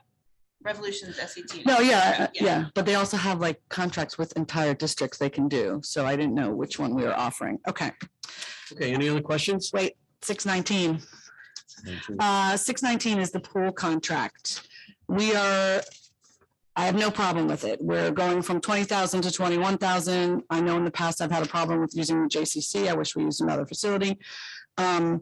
But that is a 5% increase, 20 to 21,000. I'm not a math whiz, as you all know, but that one I got easily using my Google.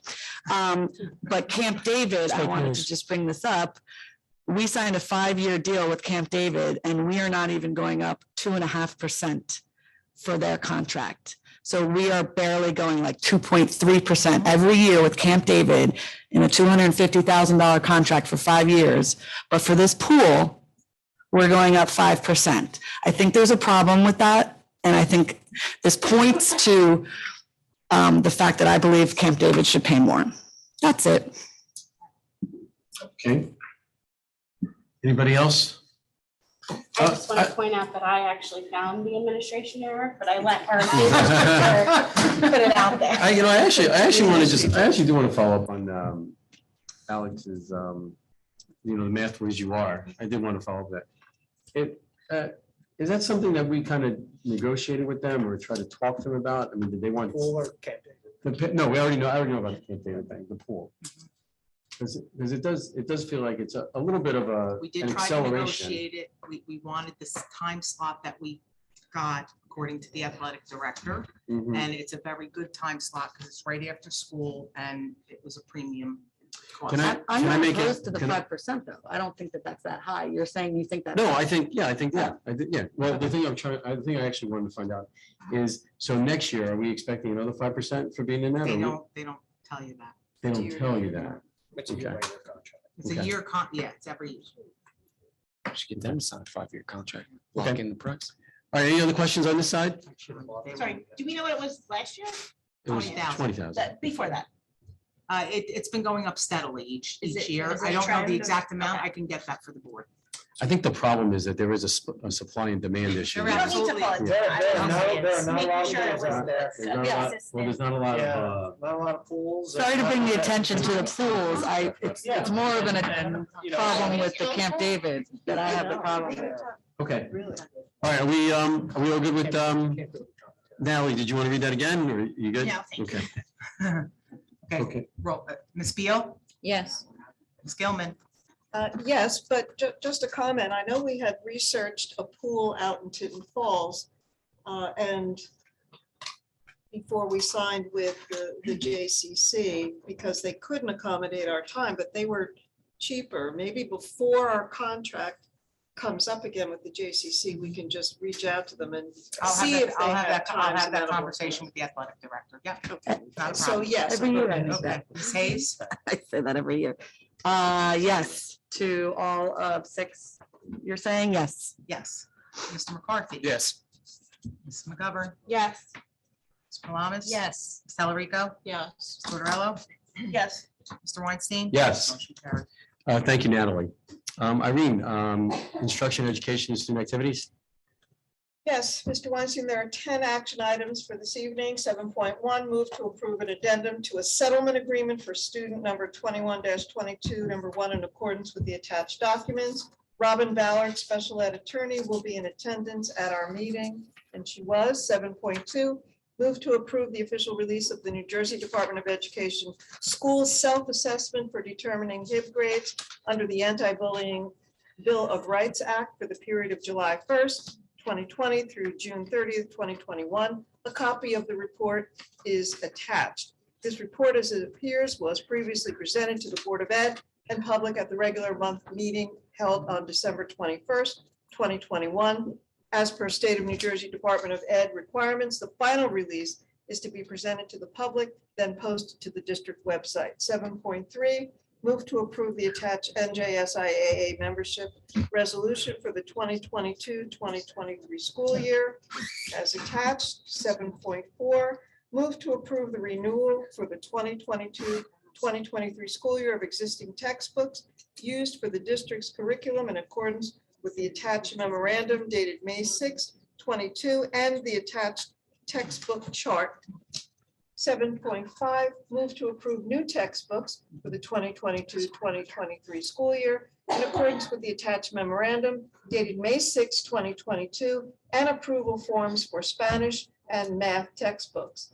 7.6, move to affirm the district's out-of-school suspension report for April 2022.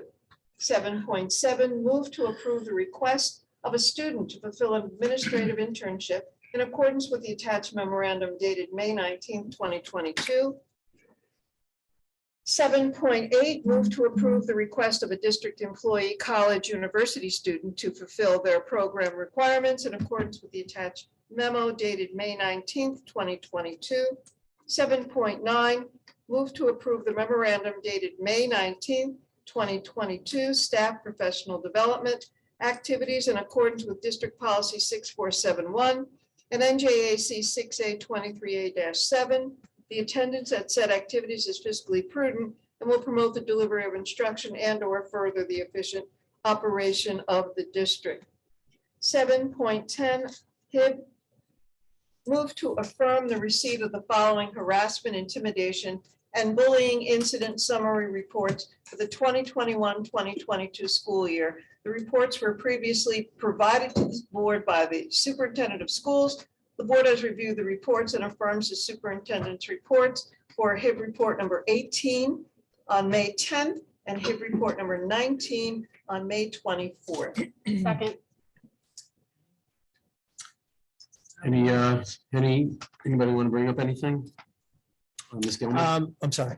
Oh, go Oh, ahead. you want to bring? I just wanted, it's stated in what Ms. Gilman read, but I just want to reiterate in 7.2, this is nothing new that's being presented to the board. This was all presented back in December when the self-assessments were put in. This is now just basically acknowledging the report, showing it at the public. This will go on our website tomorrow. So this is nothing new. The board and the public has really already seen all of that information. Okay, thanks for that, Jim. Ms. Gilman? And my comment was going to be about that. Even though we have seen it before, the numbers were not particularly strong, except for perhaps Wayside had the highest numbers. And I know that going forward in our action plan and our strategic planning, that we should work to improve the reporting and education of HIV incidents. Okay. Ms. Hayes? Yeah, sorry. Sorry, I'm trying to get my thoughts straight. The suspension report, I realize it's in the work session, but is there any way when we're talking about it in the regular session, we can get the supporting documents next time? You know what I'm saying? Like, it's not in the work, it's not in the regular session right now, the suspension report? It's a blank, it's blank, okay. I'm unclear what you're asking. I'm sorry. The suspension I report is in understand the the, suspension report. is in the work session. It's not in the regular session. The access for the school board members to get the PDF, I'm only seeing it in the work. I'm not seeing it in the regular session. The actual document, the PDF. Right. So, You're asking. If you're attaching it in one meeting, can we attach it in the second meeting? That's all I'm asking. I mean, I guess we could. I don't, why? Because we do that for, we didn't talk about it in the work. Okay, I guess that's a problem. All right. It's not a problem. It's just it's there. So you have it in one. We don't talk about it. in the meeting. I know, Talk but about we were executive supposed to session. talk about an exec, we didn't, and so now we're in regular, and it's not in the regular. No, he went over the suspension report in executive. Did Yep, I completely miss that? yep, Okay, went over that. all right, my apologies, okay. really sorry. Yeah, I don't remember doing that tonight You were at all. forgiven. Yeah, we did that. Zero recollection. All in favor? We did that? All right. One report went into the. I'm other, like, and think why that's do what I we not got. see it in the regular? Okay, well, that was a waste of 97 seconds, sorry. Any other questions? Okay, Come on, Ms. you Beal? can, come on, you don't know? You can do it. Mm, No? You good? Okay, anybody else? I'm good. Ms. Beal? Yes. Ms. Gilman? Yes. Ms. Hayes? Yes to all but the suspension report, because I have no recollection of listening to It it. was brief. It was at the end. So I'll abstain from that one. You did a great job. Thank you. The HIB and the Great job. suspension walked into, like, The HIB, I remember, went- suspension report. they went into each other. Let's keep McCarthy? going. Yes. Ms. McGovern? Yeah. Ms. Paramus? Yes. Ms. Telerico? For the May 10th for the HIB, I abstained because I wasn't there. Yes for everything else. Okay, Ms. Tortorella? Yes. Mr. Weinstein? Yes. Motion carries. Great, thank you. We're gonna go to, we already did personnel, so we're gonna go to old business. So at the President's report, I talked about the conversations that I had with the state around the S2, what I had with Senator Gopal. And the idea that Senator Gopal offered for him to come down, meet with the administration and bring some people from the Fed and talk about other opportunities for us to have financing. So my suggestion is at this time that we schedule that meeting and see what becomes of that. And then if, depending on how that turns out, we figure out about sending these letters out. Now, there was also a suggestion, is it okay for I see, bring up your suggestion about having the assembly people as well? Or did you want to bring it up? Okay, John, in my conversation also suggested that that we involve the assembly, the new assembly women that are on board, right? And I think we can call them up and have a meeting. I don't know if having a meeting with all of them at the same time is worthwhile for each party after looking at everybody's Facebook pages and what everybody's saying about each other. So I'm not sure how great that would be, or what the fun level might be high, but the accomplishment level might not be where we want it to be. So I think it would be very worthwhile to bring them in a separate meeting, ask them what their availability is, and talk to them about the same kind of thing. So happy to run that as a double duty if that's what we kind of want to do. Who will sit in on these meetings? Well, I'm going to talk to Jim and Tina. I think it's going to probably be at least those two individuals from our district. It'll probably be myself. And then I'm going to pick one or two other people from the board to be on it. May I suggest that Mr. McCarthy, who has been a part of, wanting to do the letter from the beginning and all that kind of stuff as well, and Ms. Gilman? I'm going to look to see who's on the finance committee as well and see how what that works. But I appreciate that. And also there might be other people who want to be on it as well. So, but I appreciate that you're saying that. So, so I want to just see who's on the finance committee, who kind of runs that, and how many people we want to have at the meeting, so it doesn't get to be too big. And then I'll arrange something with Senator Gopal's office and the assembly people and see when we can put something together. That would be the plan. I think we want to work with both of all these individuals, see if they can help us before we decide to do something like that. And because we can always do that after the fact if we're not happy with how with the results. Usually final votes for the budget are in June, so.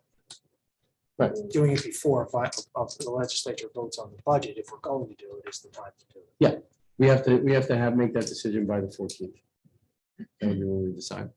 So I know that we had it up I know we had a vote and we had a vote on it, and but we had the meeting. I had the meeting with the state, had the conversations with Senator Gopal, and that was on really late Thursday, early Friday, and so I decided to take a time out. I apologize if you thought that I broke any kind of protocol, but I thought that there was some extenuating circumstances and information that I had that I wanted to share with everybody before doing something. So I guess what I'd like to know is everybody, for lack of a better term, cool with the idea of setting up these meetings first and having those discussions before sending out this letter? For comments or whatever. Yep, John. What was the news that we received from Senator Gopal? Just that he was coming to visit us? Well, that he has sat with other districts and have worked with other districts to figure out how to help them through their issues. And he wants the opportunity to do that with us at this point. And I think I would think the assembly people would also want to take part in that too. And at the end of the day, our objective is to figure out how to get more financing. When we left this meeting, I was under the impression this letter was being sent within a day or two. So I don't understand. Well, my first question would be, who was directed to send this letter? When were they directed to send it? And why wasn't it sent? Well, we weren't really in a position to actually send it. As a matter of fact, Jim wasn't ready to send it as of that Friday beforehand. And so I spoke to him on Friday before that. So right before he was getting the rest of the staff to do it. Because as you remember, Alex asked us to put things like itty bitties and those kind of things in it, so we were able to track it. So Jim didn't get to it. I spoke to him on Friday after my conversations with the state and Senator Gopal's office. And that's when I said he didn't have it done yet. And I said, why don't we wait until we have the conversation with the board?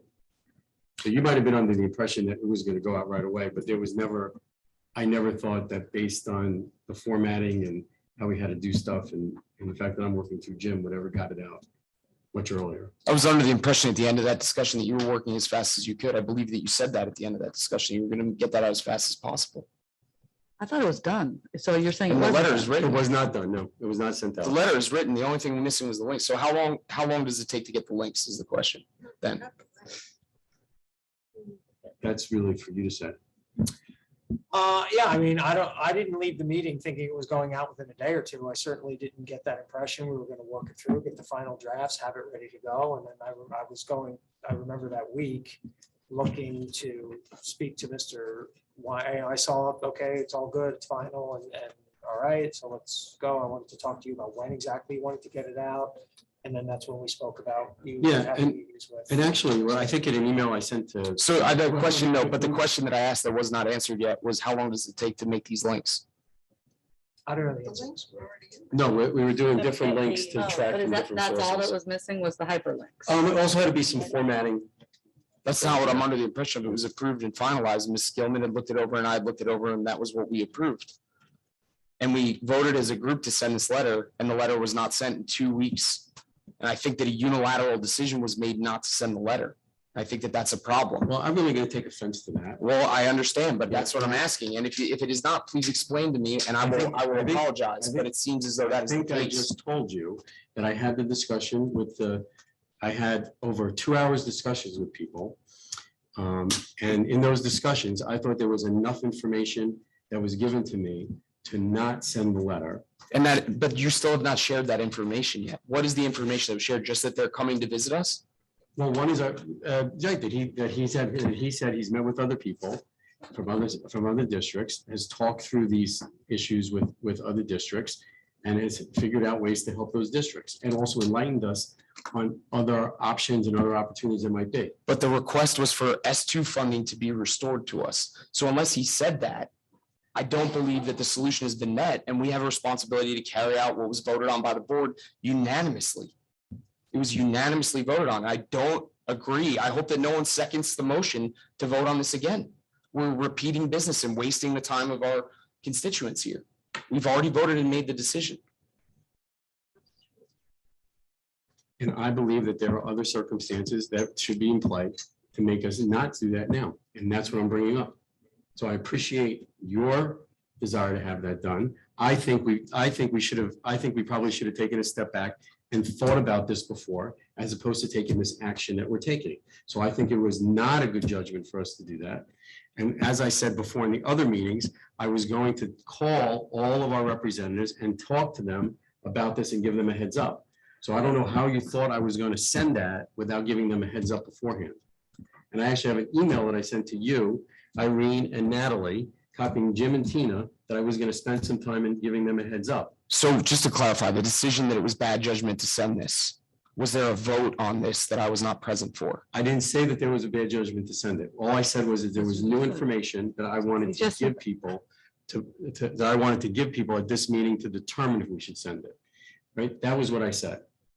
And what I said was that instead of sending this letter, our first inclination probably should have been to ask our representative to come down here and talk with us before we decided to kind of do something else. Well, then, Mr. President, I think we need to begin clarifying what is going on with these votes because this seems to be confusing. I seem to remember you voting in favor of sending this letter 2 weeks ago, and I'm not hearing anything that has changed, and we did not send the letter, and I'm questioning why we are voting on matters then, if we're not doing what we are voting on in a reasonable fashion.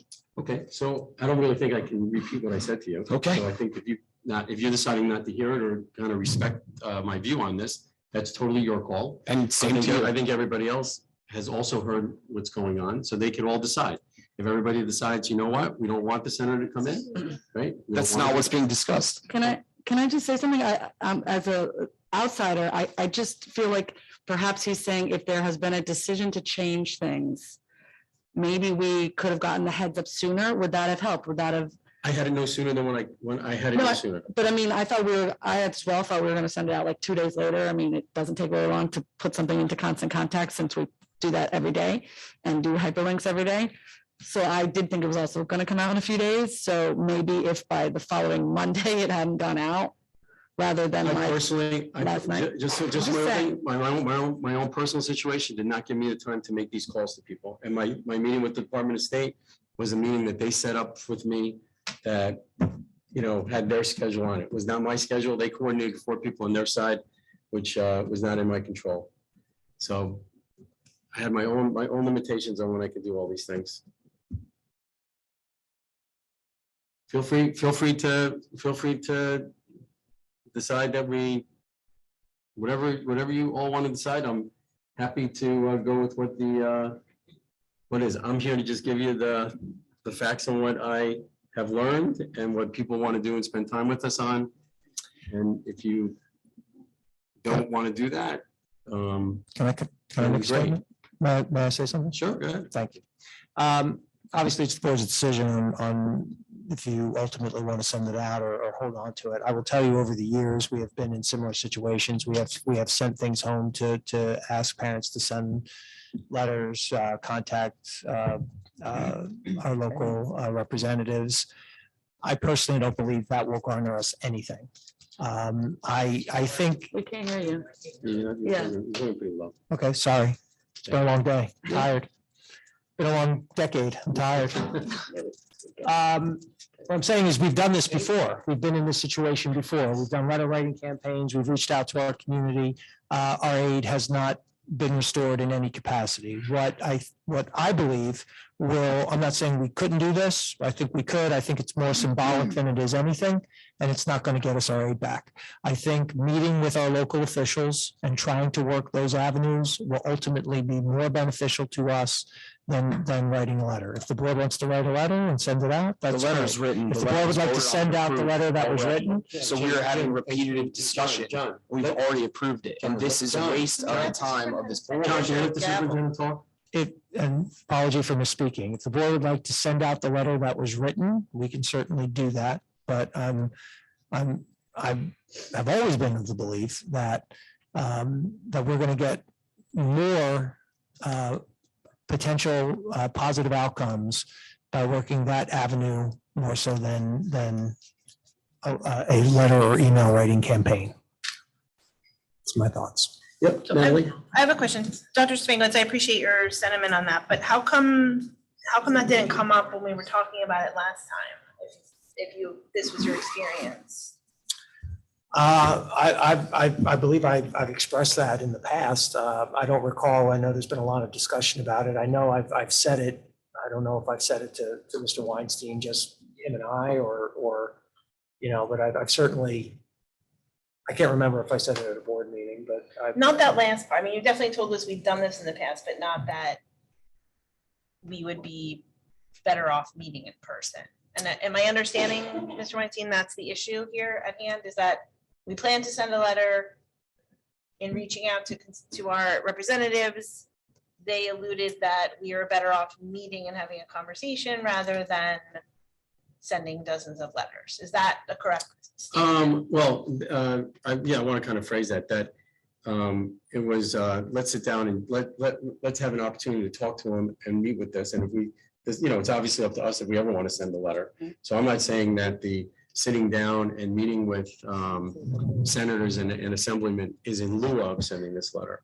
I'm saying that we should do that. We should have these meetings first and then decide if it makes sense to send this letter. That's my. I would like to suggest just that we do meet with these officials, sit down and talk to them. Maybe they have something to offer us that we're not aware of.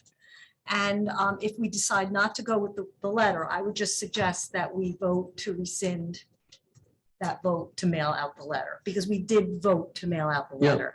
So that would be my only request, but I am for meeting with the officials before we send it I don't out. know if it was a formal vote. I thought it was. Yeah, just to also kind of just clarify something here. So if we were doing this again, I think that one thing is my awareness of this, I probably would have said, before we start getting into the letter writing business, let's sit down and meet people and kind of talk to people about it. That would have been my take. But since it was the first time I've been on this board for 4 years and we never really, the first letter we wrote to the public was the one I wrote about the budget. I really wasn't thinking through that. And I'm not sure as a board, we all were thinking through it. So I think if we had to do it over again, we would maybe have had the meetings and then say, okay, this isn't working out, let's do something. I'm not saying that's for everybody. I'm just saying it's for me. That's not what we voted on. We voted that we were going to send the letter. We did not vote that we would send a letter contingent upon a meeting. And we've already just said that budget discussions occur in June. Is that not correct? So are we going to get, we're going to get a senator and 2 assemblywomen here in time before June and then mobilize the people of this town to then send letters that are going to get to them to implement some sort of effect on their decision-making. I don't believe that that's going to happen. This letter should have gone out last week. This shouldn't even be a discussion. And the fact that it gives me a lot of pause here. We agreed to send out this letter. You approved the email. I also have emails of that you saw the letter and approved it, and we made edits and we went back and forth, and then it was voted on in this meeting. And this makes me question all of our procedure now. How do I know now? So now every time we vote on something, I have to request a timestamp for when it's going to be actioned. I don't think that that's right. We just have good faith that it's going to be actioned in due time at a respectable pace. And this seems to have just been forgotten about. And now all of a sudden, the only information that has changed is that Senator Gopal has asked to meet with us. And so we are now deciding not to send the letter. Yeah, again, it was also in light of the conversation I had. It's okay. Thanks for the comment. Anybody else have any comments on it? Yep, I mean, Like Denise, I agree that we should just postpone sending the letter, that it will probably go out, but that we should give the benefit of the doubt to our representatives. On another note, the two representatives, maybe I missed it, but I thought they were appearing at our public library in Ocean for a Q&A to discuss school funding. And I tried to call the office and I couldn't get anyone there, but I wish I had attended that in person to be able to, as a board member, ask questions about it.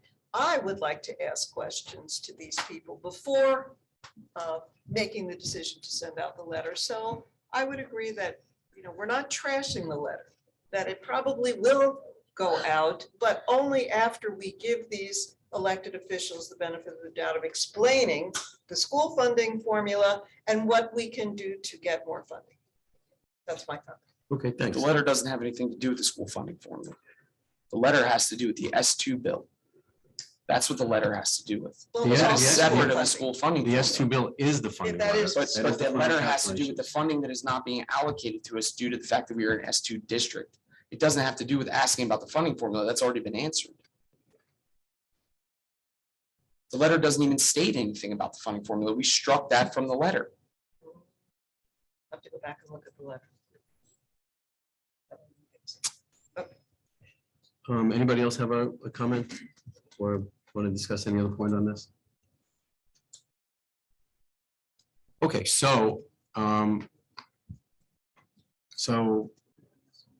not sure how to phrase this, but I guess what I want to make I don't know if it's appropriate to say, I want to make a motion that we kind of straw poll, I guess, that we're going to schedule these times with our elected officials, have meetings with them. Turns out it doesn't go the way we want, or we still feel like the letter is necessary or important or appropriate, that we send it out. Yep, Natalie?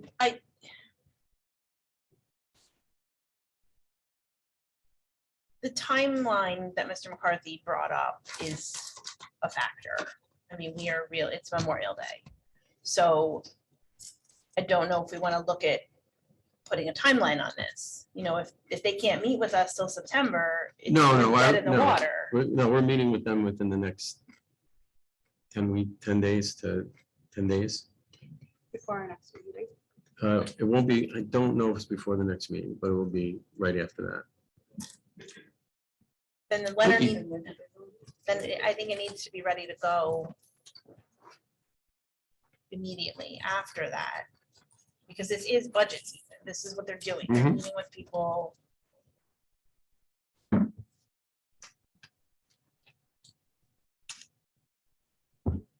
If we take that into consideration, what was just said, we've already voted to approve the letter. I don't see what hurts in sending the letter and meeting with them.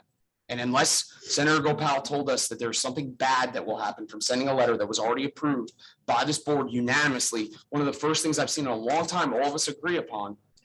I don't understand why we wouldn't just send it out as soon as possible. I would request a timestamp if we don't vote this, agree to this, and that we also meet with them. Yeah, well, the reason is because there is a perspective here that we don't have all the answers because we haven't gone through all the channels. So that's the answer. So basically, we're going to send out something, potentially get the community kind of involved. And then we still don't have the answers on how to actually increase the funding or how to get more funding. We don't have the answers. So the reason for having the meeting is to get better answers. The letter requests that they stop reducing the funding that they're allocating to us. So it's very clear what we're requesting. There is no question about that. Yeah. The letter states that we would like them to stop doing that. So I don't see the logic in that. Now, are you saying that Senator Gopal is saying that we shouldn't send the letter because there's some perspective that we're not seeing that he's waiting to meet with us about? No, you're saying, no, you're asking a different question, whether he can reverse the S2 funding for us or that equation. He can't do that. When I spoke to the Department of Education, they've had a lot of conversations with individuals like myself from other boards. And there's no recourse in talking to them. So they basically, my conversation with them, they appreciated hearing our thoughts. They appreciated hearing our circumstances. They took much time to kind of walk me through it, but in no way did they ever in no way did they think that there was any chance that our funding was going to be any different. There's a lot of people in this country who've been told they didn't have a chance to certain things that didn't listen to it. So, yeah, and they were successful in doing so. Right. Jeff, can Sure. may I just say that I think we should, because this could go on all night, that we do a straw poll that says that we go down the line and say whether we want to send the letter or have a meeting. So it's send or meeting, and then we can, once we make a decision on that, if we all decide that we want to, or whichever way it goes, then you can go to Natalie's point if you want about timing, but if waiting is the first option, but maybe that should be the straw that goes, you know. Great. I mean, I'm okay with that. So we're either gonna say. What if we want to do both? What if we Yeah, want I to meet thought with them, both but would be maybe good. send a letter? Right, can't we do both? Right. Well, no, That's why I said- do what. It's already which one- approved to send the basically, letter. what do Let's you just wanna send do the letter. first? Do you want to do you want to wait to send the letter? Do you want to meet with them first, or do you want to just send the letter? That's like, Oh, I see would what say you're that's saying. the question. Is Right? that your motion? Well, if it's a straw poll, does it have to be a I motion? don't think it has to be a motion. I think we just phrase the A question. straw poll is not a legitimate vote, and then that's what, I guess, we're making the claim then that the straw poll in the last vote didn't count because it was a straw poll. So it's not a legitimate just trying vote. to So get what are we gonna do? Why are we even following any type of procedure here? Hey, so what are we after here? Are we after, let me just ask you a question here. And I mean, look, I'm happy with any answer you want to give me. Are we trying to actually figure out how to solve the problem? Or are we trying to figure out how to do something political here? You tell me what we're trying to do. I'm trying to figure out how to solve the problem. Tell me what we're trying to do. I mean, if you took offense to my question that you were making a unilateral decision, I'm also taking offense to your claim that I'm doing something political. No, here. I'm saying I'm that- acting on behalf what I'm of what I saying- believe is best for the constituents of this town, which we have seen in this year that they need more money and that Trenton is reducing the funding that is allocated to us. So I will inch and claw and scrape to ask for everything from every single person possible. And I've tried to respect the process here and to allow it to go through with the board. The board unanimously agreed to what I provided and requested, and that was not carried out upon. So now I'm pointing out to you that I have a question here of why we even bother having a straw poll vote, because I don't know that whatever we do is going to be carried out. That is what I'm saying.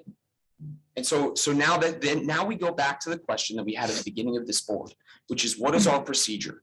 And what are we doing here? Because there seems to not be a clear procedure on how we are doing things. And this is causing problems for us to be an effective board.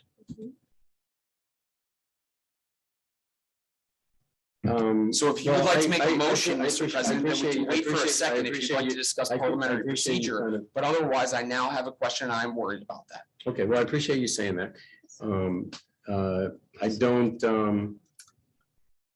first of all, I think it would be irresponsible of me to have these conversations with people, not bring this up and have sent the letter and have a cause and have created some stir without actually having the facts on the ground, right? So I appreciate your desire to follow certain procedures. I appreciate that. I'm also trying to figure out the best way for us to actually get additional funding. And I don't think that. But Jeff, you haven't shared with the board what stir would be caused. I haven't, so I've not heard tonight any new information aside from a senator who requested a meeting. I have not heard of a stir. You have not informed me of any issue that would occur from us sending this letter.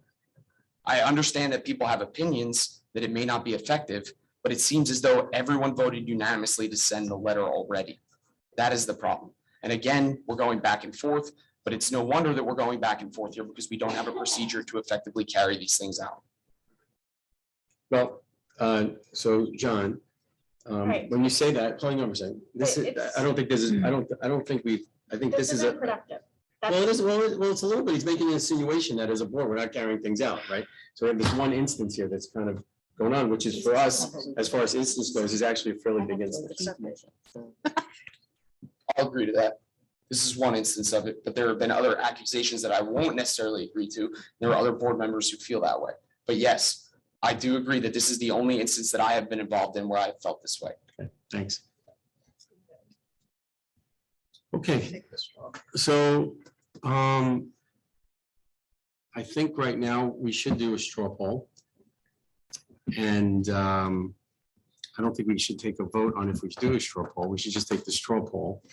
And the straw poll, let's have it be that we decide. What? Meet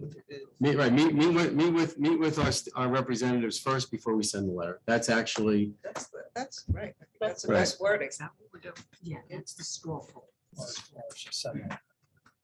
right, it's either meet with our representatives first or just send the letter. That's where we're looking at right now.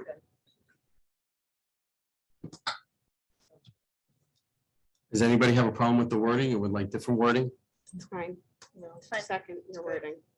Oh, you're second the wording? Okay. How do you want to do this, Roll? Do you want to just, All in favor of meeting with? no, we should do it person by person. Okay. do Have you them wanna say do- meet or send. Right, all right, so Meet, send. Alex, How about fish? all right, let's go. Chicken or beef? Ms. Hayes, meet Uh, representative first. or send mobilize, Letter. mobilize, send the letter. Same, send the letter. We already took the vote on that. Ms. Federell?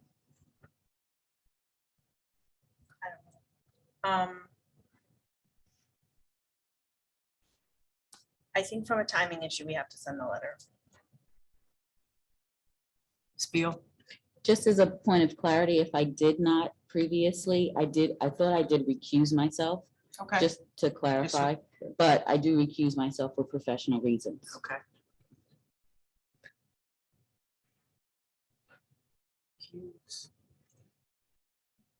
Ms. McGovern, I agree with Natalie in essence of time and the end of the year. I say send. Ms. Gilman, I'd like to meet with the representatives first and then send the letter. Mr. Weinstein, I'll go for meeting. meeting first. Yep, meeting first, yep. Mr. McGovern. Send the letter, Mr. McCarthy, I'm not married to Mrs. McGovern. Oh, I'm sorry. It's okay, it's okay. I'm It's getting a nice, tired. it's a I nice comic apologize. relief for the situation. I appreciate it. I vote to send. Thank you. Yes. And I vote to meet with the constituents first. Okay. And then some. Sorry. She's out of it right now. Apologize. Okay. So that's 1, 2, 3, 4, 5 votes to send the letter first, 3 to meet first, and 1 recuse. Okay, any old business that we want to talk about? I have a question. I have a question. When are we going to send the letter? I have to get the things to Jim. We'll get out by the end of the week. Yeah, I'm probably gonna take my name off the top, since I don't agree we should be sending it out. I'll keep it on the signature, but I'm gonna take it off the top. We all good with that? I'm not. The vote was whatever. It's done. I mean, we could have all It's sent our an own. act of. We could have all sent our own letters from day one. As a whole. John, you I could were, have sent my own letter 12 days ago by myself. act of a board as a whole. citizen. It's done with. It's done with. It's done with. no, you're not at this If time. the board No. said to do, Yeah. At the end, yes. if we Yeah, voted to that's send all. it, not everybody likes that idea. So, but we voted to send it just now. I just I have mean, an under- We But voted John, to at first you send it. didn't even want me to have my name on it, Understood. Okay. right? So, But I know, but now. That's what I was thinking of figuring, John. Hey, hang on, hang No, on. it's getting out of hand and it's getting ridiculous. And we are a board of education. We should not be like arguing. We've argued, you guys have argued for the last 15 minutes. The vote was just taken, end it and be done. Okay, what would you like to say, Ms. McGovern? I'm sorry. My old business Mr. is McCarthy, for what would you like to say? Dr. I'm Dr. sorry. Stabenkovic on something totally unrelated to this. And it can be a very quick answer. The survey that we've been sending to everybody, are we getting a good response, bad response, or indifferent response? And you don't have to go into, I don't want numbers, I just want a, Oh, I like that. yeah, The climate survey. because it's going out every 5 minutes, so I feel like I'm getting it's sent to me, which would lead me to believe that we're not getting a good response. No, I think we're getting a nice response. That's all I needed. Okay, And well, period. Just on this thing, John was asking a question about when this was gonna go out.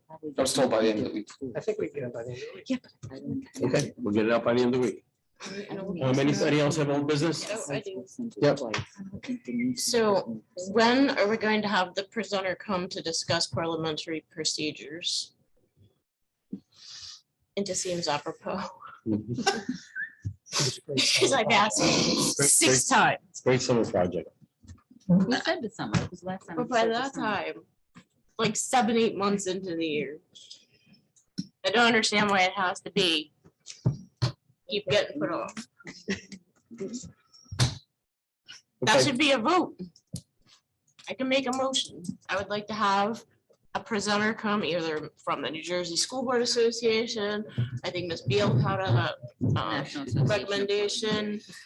I'd like to make a vote or a motion, I'm sorry, that we have someone come and present to us on parliamentary procedure and answer our questions regarding process and procedure. So I have second. Within I don't- 6 I don't- I don't- weeks, within 6 Within weeks, 6 weeks. I second. I don't know if you can say within I don't know if we're in a position where is this a motion? or- Pretty sure we could find I somebody. think we're a little bit. The motion was seconded, though. It was Yeah. brought to the floor. Yeah, Motion was seconded and it has to be recognized by the board chair. And then it okay, goes so up you for want a to make a vote. motion? Yeah, She made the motion. Okay, Was there a timeline on your motion? 6 weeks. so Before between the summer. now and July 15th, is that, We gotta look at the meetings. I think we have to look at the meeting schedule to actually say, How because I many think, meetings do I we think have? there's only, 2 I meetings. think between the 14th and the 7th is, But I brought this up in December of last year. Let's give somebody 20 minutes and then 15 minutes for talking, like, we gotta start putting limits. We on should this. also see. I'll look for our first July meeting. Okay? I think that's, And who would that be that's coming? I'll have to figure out what our options are. I think Shawanda gave me some information. I think we have Michael like to come in. All right, we'll figure out what that is. So before the first July meeting, or by the first July meeting. May Yep, I sure. suggest that it be somebody other than Michael, since he is our attorney, that I feel like the It shouldn't be. person or the company that Shawanda has brought to the table, in my opinion, would be the better way to go. Sure, I'll make sure actually, Perfect. Shawanda, would you like to be the person to kind of set that up and talk to them? I'll ask. Great. Okay, anything else for old business? Well, there's a motion on the table. Oh, I'm sorry, I was just assuming everybody, Yeah. can we, want to do a vote on this? General, I. Okay, Ms. Hayes? Yes. Yes. Natalie? Yes. Shawanda? Yes. Yeah. Yes. Yes. Okay. Yes. Oh, yeah, me? Oh, yes. Yes. Yes. I thought we were doing names, so I was waiting around for the, Yes, all right, so the motion carried. okay, great. Let me see. Hey, just on that further, on that other thing, so we're gonna send the letter out. I still am gonna try to set up a meeting with Senator Gopal Yeah. and have him here with us, Sounds okay? wonderful. So I'll talk about that. New business. Anybody else on any old business? I have old business. I feel bad for taking 97 seconds and I apologize to Dr. Spankwitz for accusing you of not doing the suspension report. I apologize. Two things, the track meet with the 4th grade from the 3 schools, I thought was brilliant. It brought the kids together. I saw my daughter with people from both schools. I even wrote on my Facebook, I don't know who brought it up, who thought of it, if it was strictly just the PE teachers, but I hope we continue it. It was the first ever and it was awesome. I highly supported that. I mean, commend everybody who had a part in that. And then I'm just wondering, I think you did this at one time when there was a school shooting, just as I'm trying to process, I have to tell my 10 and 11-year-old about 18 kids dying today, because I know they're gonna hear about it in school tomorrow, and I really don't want to hear about it from classmates. I'd rather have this discussion, whether it's 10 o'clock at night or in the morning. I think you have sent out stuff in the past, Dr. Stefanowitz, about here's a good resource on what parents can, like some phrasing. You know, my kids are a little older, but you know, Yeah, we can. first and second and third graders are probably gonna be talking about this tomorrow. So I just think Certainly send home. to calm their anxiety. Some basic resources to talk to your children about those kinds of things, so we can. I think that would be helpful. Thank you. I'm sure we can pull out the old letter, because unfortunately, we've had this happen too many times. Yep, thank you. That's it. I just have one more question that I just thought of. So I know it was a few months ago, maybe January, when we discussed, or actually we were told that if anyone in any staff want to invite us to any kind of event, that would go through Dr. Stefanowitz and then be sent out to us. I've only received two different things, two different invitations. And I know before that process changed, I would get many, many, many more invites to different things. So I was wondering if we can have a discussion about that at some point to change that, because I would like to go to events. I just don't know about them until I see them on the PR, from, the website, the district website after the fact, though. It's not before. Want to address that? Sure. So can we get an activities calendar? Is that maybe what would help? It will give you, first of all, I'm not holding back invitations, so you get whatever I get. And I'm not suggesting that. I'm not suggesting you are, I'm just telling you. No, I'm just thinking that maybe saying. they're not sending them to you because they know that it has to go through. to I'd get be to very us. interested to know what you've been invited to prior, to understand the types of things, invitations you've been getting. There's, are you talking about things that happen during the day, evening events? Like what are you talking Just about? events. The math thing at the middle school, I really would have liked to have gone to it. And it was a big deal. I wish we had gotten invites for that, for I used to example. get invited Well, to I mean- Mr. Klinger's, one of his classes, I forget the name of it. I went to that. Yeah, I'm not sure that, he's teaching different classes now, so that could be, that to my knowledge, that hasn't happened. I haven't gone to it, and I've gone to it every year. I mean, there was at least 12. I could get them a list together Yeah, I for mean, you prior to this year, but. We certainly put out on the board calendar the events that are coming up. Any board member can attend any of those events. The nighttime, the after school. Yeah. They weren't all in, I mean, like the math thing wasn't on the calendar, on the public calendar for the middle school, but Yeah. Pretty sure it was. The math awards, I'm pretty sure it was there, yeah. I probably mentioned it right after the suspension report. clearly my sixth grader wasn't invited to it, but I believe it was, on the like calendar. son, like mother, but. Yes, Irene. Well, just to follow up on that, when I was a class advisor, we would always send out invitations to the board for the junior and senior prom. And really? they no longer do that, but I knew that the junior prom was last week, so I informed Dr. Stefanowitz that I was going to just stop in. Did you crash? And see, I crashed it, to see the decorations. And I think, not that you're holding back, but I think that perhaps some of the teachers maybe don't know the chain of command that, do we send it right to the board? No, can't do that. Do we send it to the principal and then the principal sends it to the superintendent?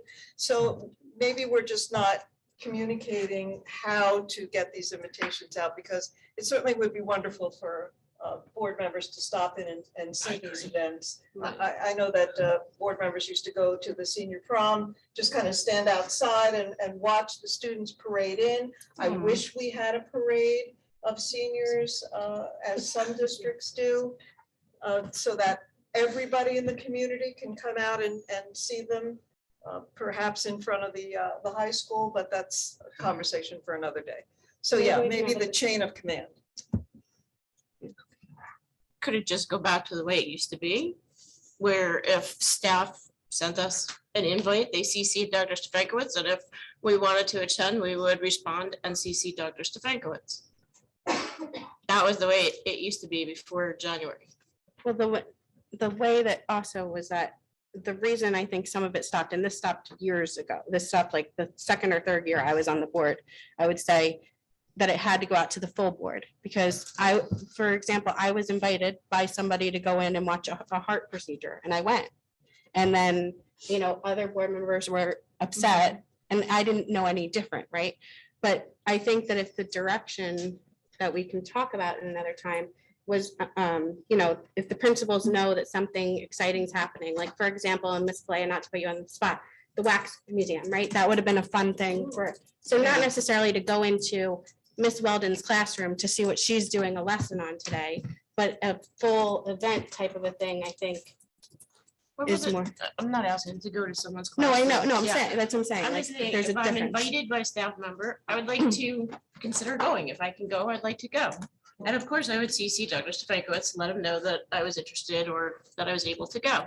But I think it changed in January. And I don't recall a vote on that, so.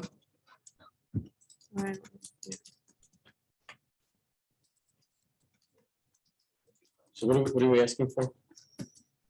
That if staff were, had an event that they would like to invite the board as a whole, not just individual board members, that they could send us emails to the full board, CC Dr. Stefankowitz, and if we can go, we can respond and CC Dr. Stefankowitz, the way it used to be. That's all I'm asking for. I'd like to make a motion for that. I'll second that. I thought that was, I thought the Michael Gross came in and spoke to us about that. That was why we couldn't do it. I mean, that's just how I remember it. I would love that, but I just remember he came in and he told us we couldn't do it. I guess the problem is that, Jim. Motion until we get the answers.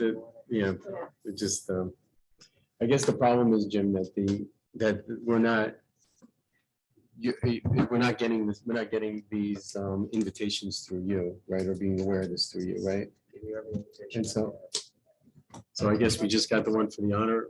Is that what we got? We Which got one? actually went directly to you. Yes, it did. Right, right. So it actually didn't go the way it was supposed to go. Right. Yeah, it's not only invitations, I think it's So what do you suggest? cool yeah? things. I don't care, Jeff.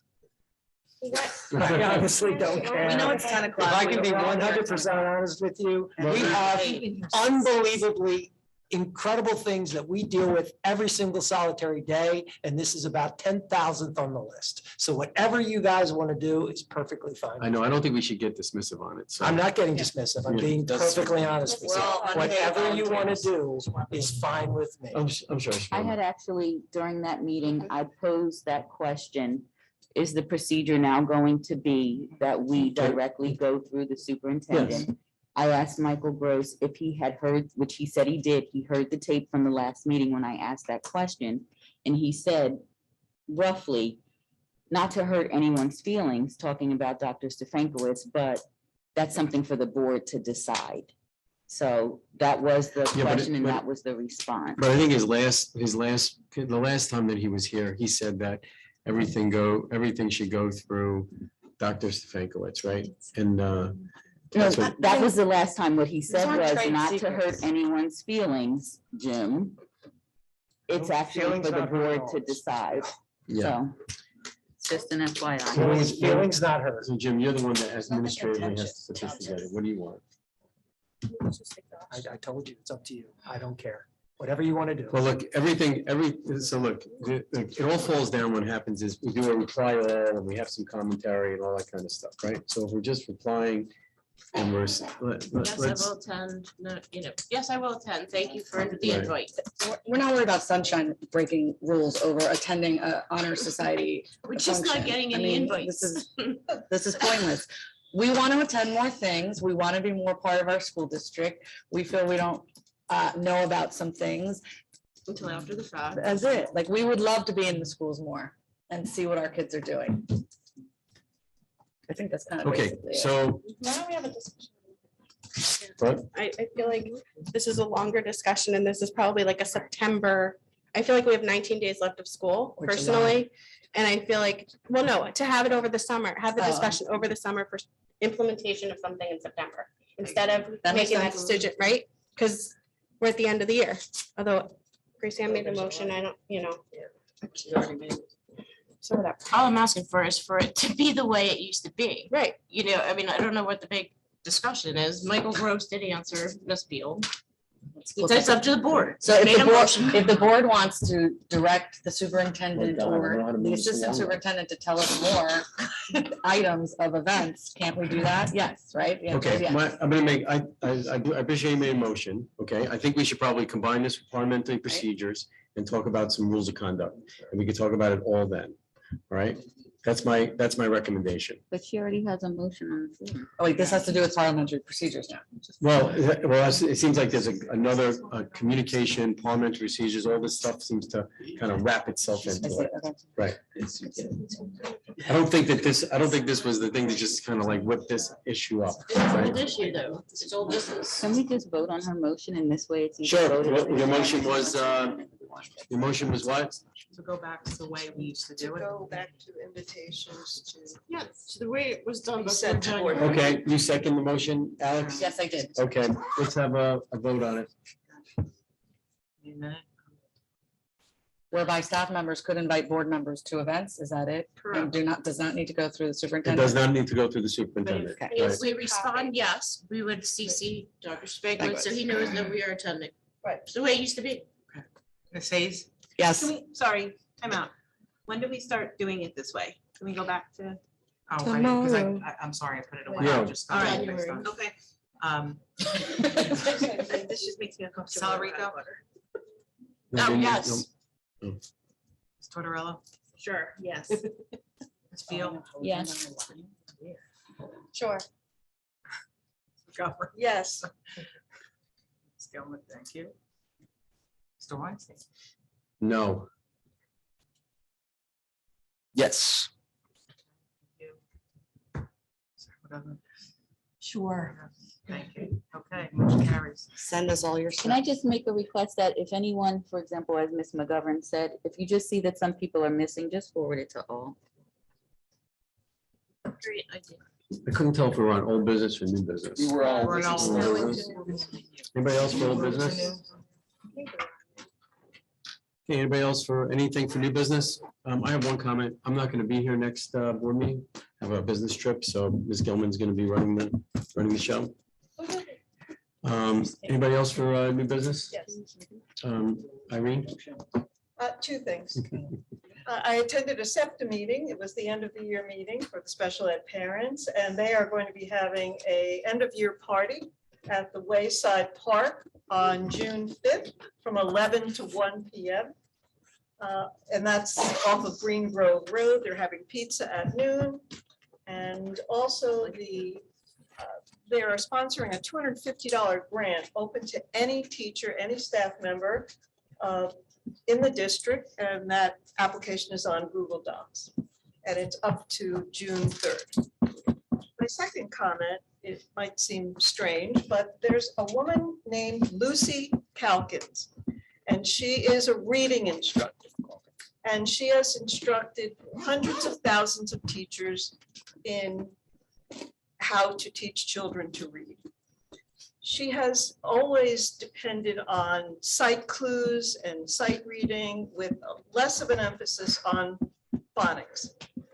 She has suddenly, after years of teaching and selling millions of dollars worth of her curriculum, reversed course and decided that phonics is the way to go to teach children how to read. And I've seen it in my own household. I would say to them, well, sound it out, huh? What do you mean sound it out? So I'm very anxious about this. I'm very upset about it. There are a generation of students who never learned how to read. We also have spent a good deal of money on Wilson and Orton Gillingham to supplement our reading program. And I know we have our curriculum person here, Ms. Weldon. I'm not going to put you on the spot, but I hope that our reading programs will come back around to an emphasis on phonics so that good. Good. I'm glad to hear that because, seeing children reach a certain grade, unable to read, just leads to every kind of problem later on. And I think that learning phonics at a very early age is the way to go. Going back to the old way of sound it out. Okay, I'll step down off the box. Thank you. Yes. Just in light of today's events, and since, this is the focus of a lot of people's minds, 2 questions. Which is the only school that doesn't have a police officer present in our district? It's probably a good idea not to talk about that in a public session. Okay, that's fine. That actually makes perfect sense. You're 100% correct, but there's still one, correct? We have a floating situation within this. Like I said, I don't know that it's a great idea to discuss those kinds of things in public if you're trying to speak to.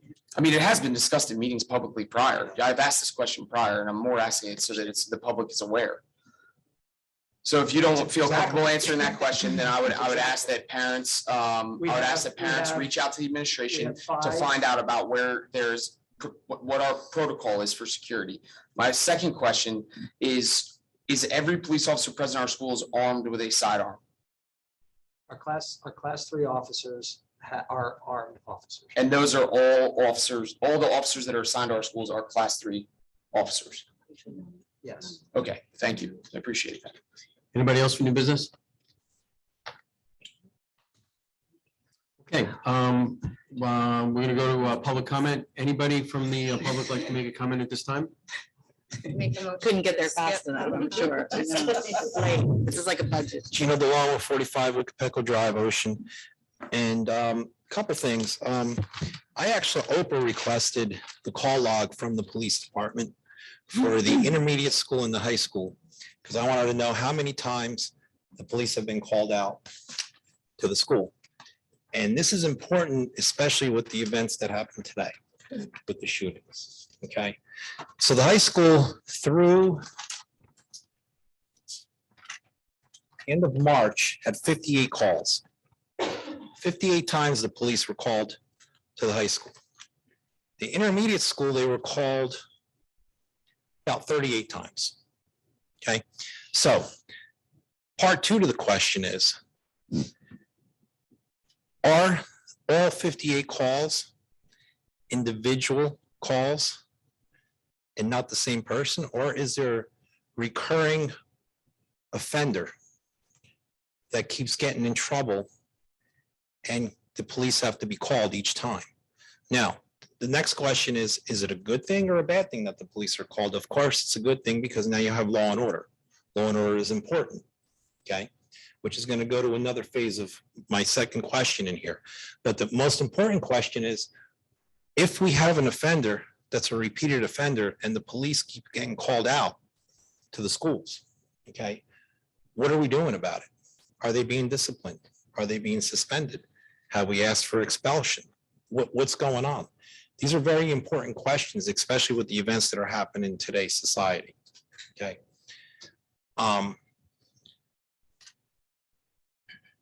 So the question I have for the board is, are you aware that the police have been called to the high school 58 times?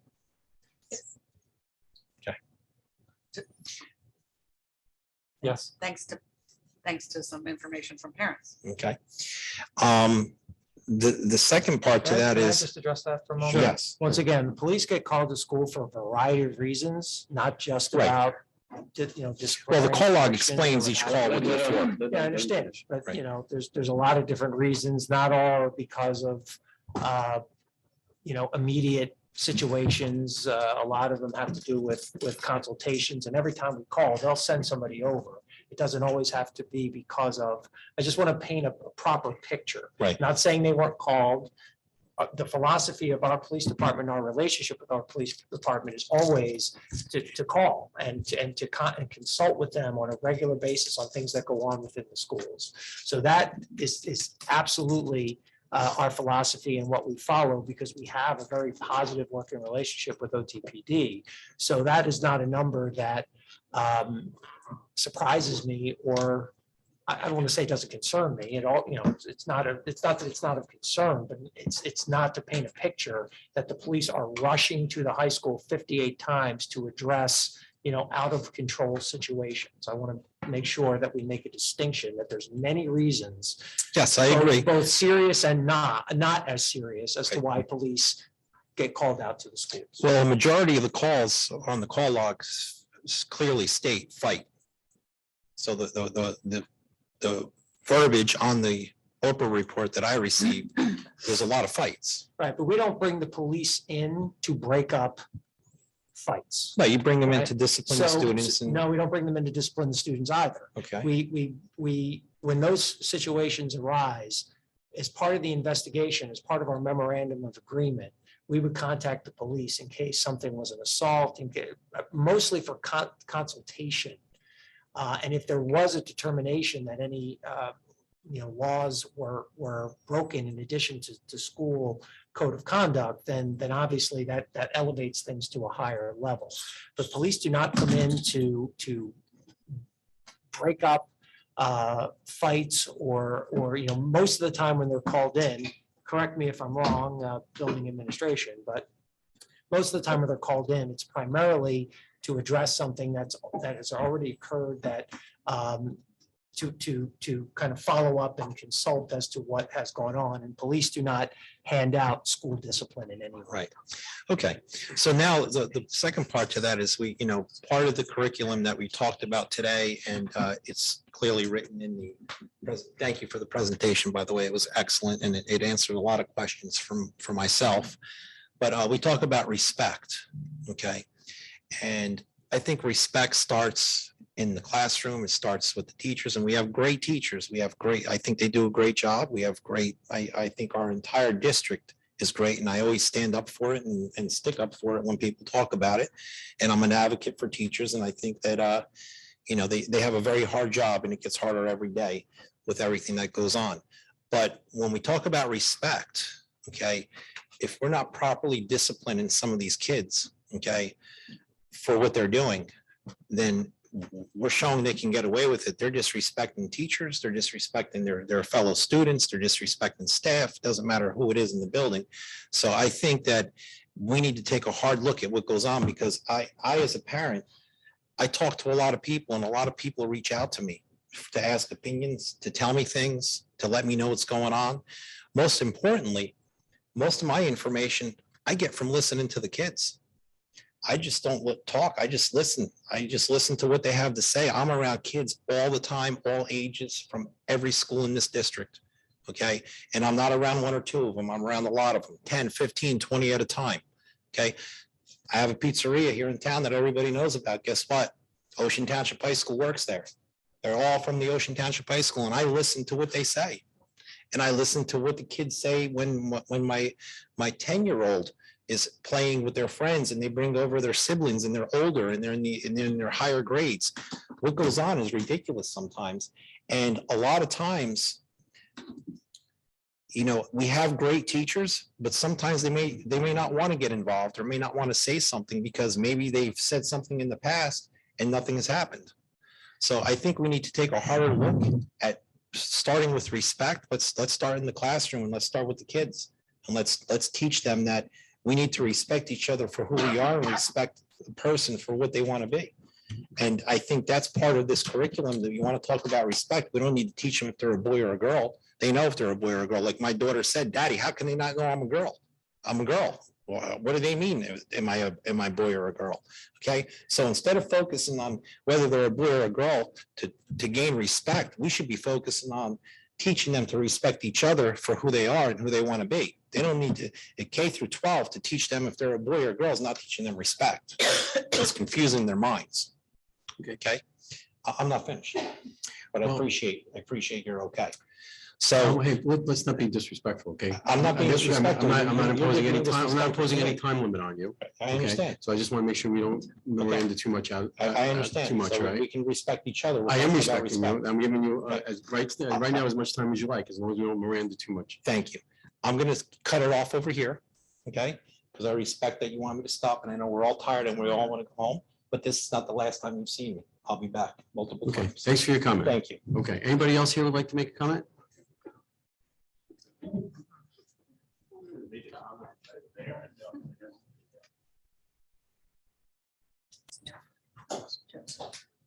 Joe Hadden, 813 Roselle Avenue. She knows already. I'm gonna kick a couple dead horses here, I guess.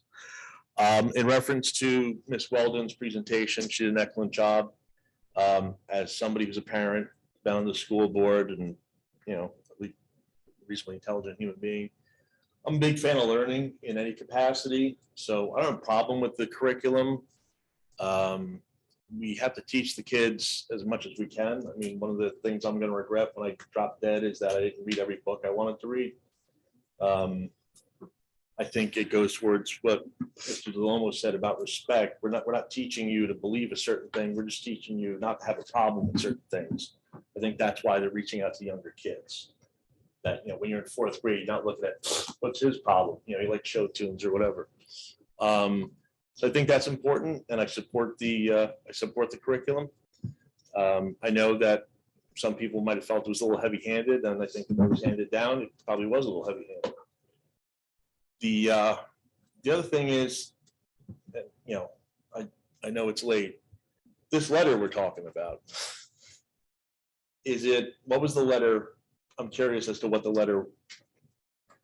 What did you vote on to do with this letter? The letter's intent was to just alert the community that we were not happy with the S2 funding issue and that we were losing funding. And that we thought we were at a point in time where we really couldn't lose more funding going forward. And so we were encouraging you can see it on the board, you can see it on the board docs. It was kind of urging folks to get out there and write letters to their elected officials. We were giving them a method to do that and contact information. Yep. And why would you hold off on that? Because I think what's going to happen is we're going to send the letter out. There's going to be a lot more questions. And my opinion was that we could get answers from people who might be able to have those answers before we had to field a bunch of questions. Because what it sounded like to me, and you can correct me if I'm wrong, is to Mr. McCarthy's anguish. It was voted on, it was passed. I'm curious, what is the harm in having people write letters? I think all that. I know Dr. Stankiewicz, it tends not to do much good, but it doesn't do any harm. I think right now it's the topic is moved. We passed it. We're going to send it out. Okay, but what I'm hearing a lot of is, and again, having served, I have a little knowledge, is that the term parliamentary procedure has been thrown around rather, I guess, loosely, or just been kicked to, you beat the shit out of parliamentary procedure in this meeting tonight, I gotta be honest with you, in terms of, motions being thrown out during old, business and not maybe gabbling people when you should have. So, and this, I remember being here in January when having somebody come in and speak to everybody about how this is supposed to work was referenced, and I thought it was a great idea. We did have a session with that. Okay, all right.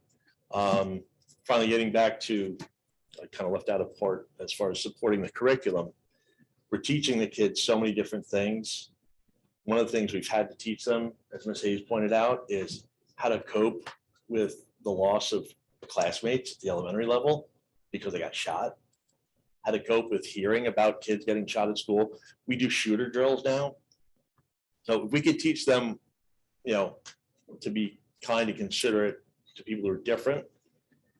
And maybe we could also teach them to stay off of social media, because I think this meeting would have been a lot shorter if social media wasn't in existence. And on that note, I just wish everybody a wonderful Wednesday morning, and I'll call it a night. Thanks. Okay, thanks for your comments. Anybody else have any comments?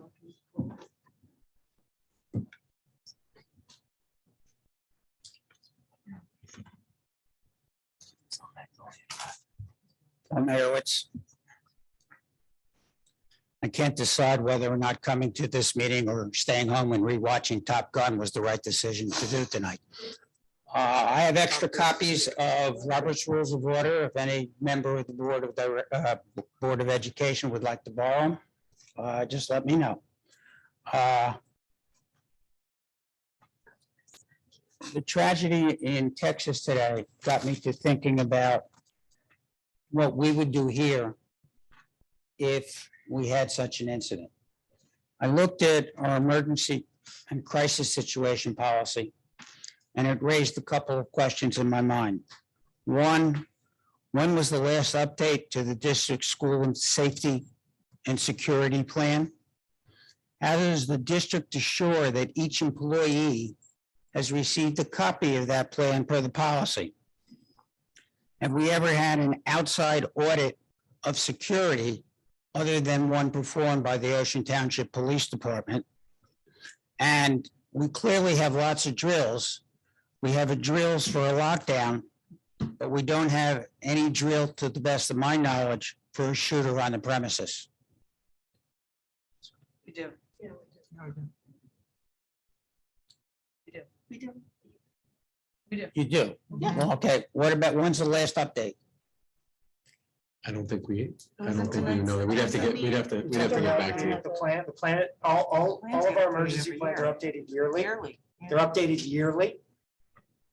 They're discussed as appropriate with the staff each year, any changes and reminders to the emergency procedures and plans. That's done on a yearly basis. Please. How do we assure that each employee has received a That's copy? part, we have to do active shooter drills among any other drills every year. We've done every year. Yep. Okay, and have we ever had an outside audit? We are planning one for this summer. Typically, we have done them with the Ocean Township Police Department, but I've spoken with New Jersey.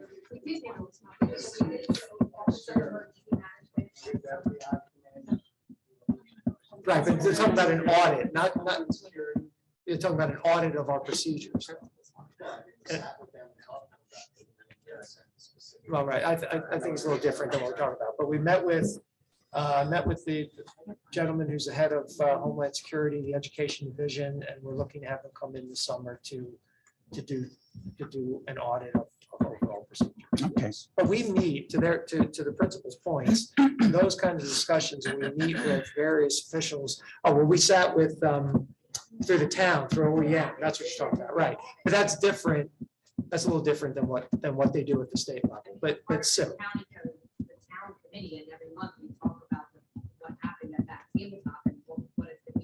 So you do run tabletop exercises?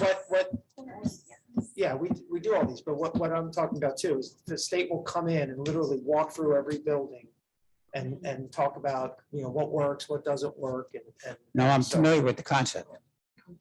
Okay, a couple of meetings ago, Alex talked about we have some great programs for our academic achievers, but not to forget the students that were struggling in their academic achievements, and what are we doing for it? During the public comment section, I asked a specific question: what was the per capita student spending for academic achievers versus struggling students? And I haven't heard an answer on that question. And I followed that up with a question to Mr. Weinstein earlier in the month. I haven't heard a response. I don't know if you can do that break. Let me get back to on that. Yeah, you could. I mean, I think what Jim was just saying just now was that might be a difficult thing to break. I'm saying that might be a difficult thing to break out. No, but I'll take at least a best attempt at it, and I think Alex would appreciate that also, although she didn't express it, she's shaking her You head, have yes. students who may struggle in one area who excel in another, who may be high achieving in one area, but unfortunately may need assistance in another. So it's hard to break out in that with that kind of categorization, to say high achieving versus not, because. I can discuss that at a later point in time, because Top Gun is waiting for me. Respect But that. who should I discuss it with? Well, I think if you want to email us, the specific question, like I said, I think it's just hard to break out, I don't think there's any kind of breakout of this is what we spend on the quote unquote high achieving, this is what we spend on the quote unquote not high achieving, or however we want to categorize it. There are certain programs that we provide and monies we spend on intervention programs. There are money we spend on advanced placement programs. But as I said, you might have a student who requires basic skills for math, but is an outstanding writer. It could be an advanced placement, language or literature. So it's hard to break it out in that particular way that you're asking. I'll discuss it, rather than take up time. Thank you. Okay, thank you. Good evening. Thanks. Good morning. Thanks. Anybody else here have any? Sure.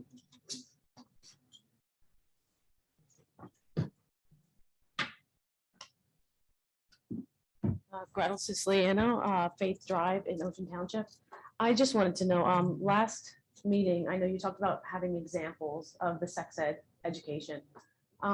Today I understand the curriculum a little bit more, but are you going to continue with that with examples the next time or the next board meeting, do you think? Or is this something that you, no, okay. I don't think. Okay, that's fine. I'm just asking a question.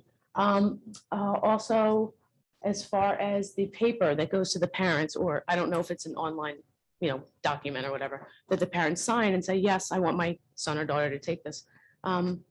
What happens if you don't get that paper back? Thank you. You mean if you don't return the paper? Yes, if a parent doesn't get it back to you, like what happens with the student? Does the student still go through the class? I would assume Assuming- the students Yeah, going through the unless class. we receive something active, So- opting out, we would assume that Yeah. you're taking part in the So class. that's where I would agree with Mr. McCarthy and say, maybe you want to opt in, because I think what it comes down to is parents just need transparency. I totally understand. I mean, I think you're great people. I think the education staff is wonderful. Thank you for your presentation. It was clear. But I mean, we're all human in the end, and I think we all just want transparency. We want to know, like, hey, is this good for my daughter or my son? I think I want to be just like you had said before, you want to be the one to tell about the shooter at home. I think with sex education, I feel the same way. I'd like to tell my kid about that. I don't know that I want them, knowing this and that. It depends on the parent. I think everyone's so different. And everyone has a great heart. I believe that. But sometimes you just think different than maybe we do. Or, a parent says, wait a second, I totally understand where they're coming from, but that's not kind of what I want to do to my kid. I want to make my kid, to your point with K-2, I'm right there with you. Because for me, kids need a childhood. We don't have childhoods anymore. They got to grow up at age 5. Are you kidding? I'm like, they have to have sex at 5. Are you kidding? So to me, I just feel like give them a childhood. That's all I'm asking. Okay. Okay, thanks for the comments. Okay, anybody else here want to make a comment? No? Ms. Conway, anybody remotely like to make a comment? President Weinstein, no, there are no commenters. Okay, great. So without that, can I get a motion to adjourn? Second. I didn't even get that. So. McGovern McCarthy. Okay. The governor. Yeah, Got it. Tag team. That's true.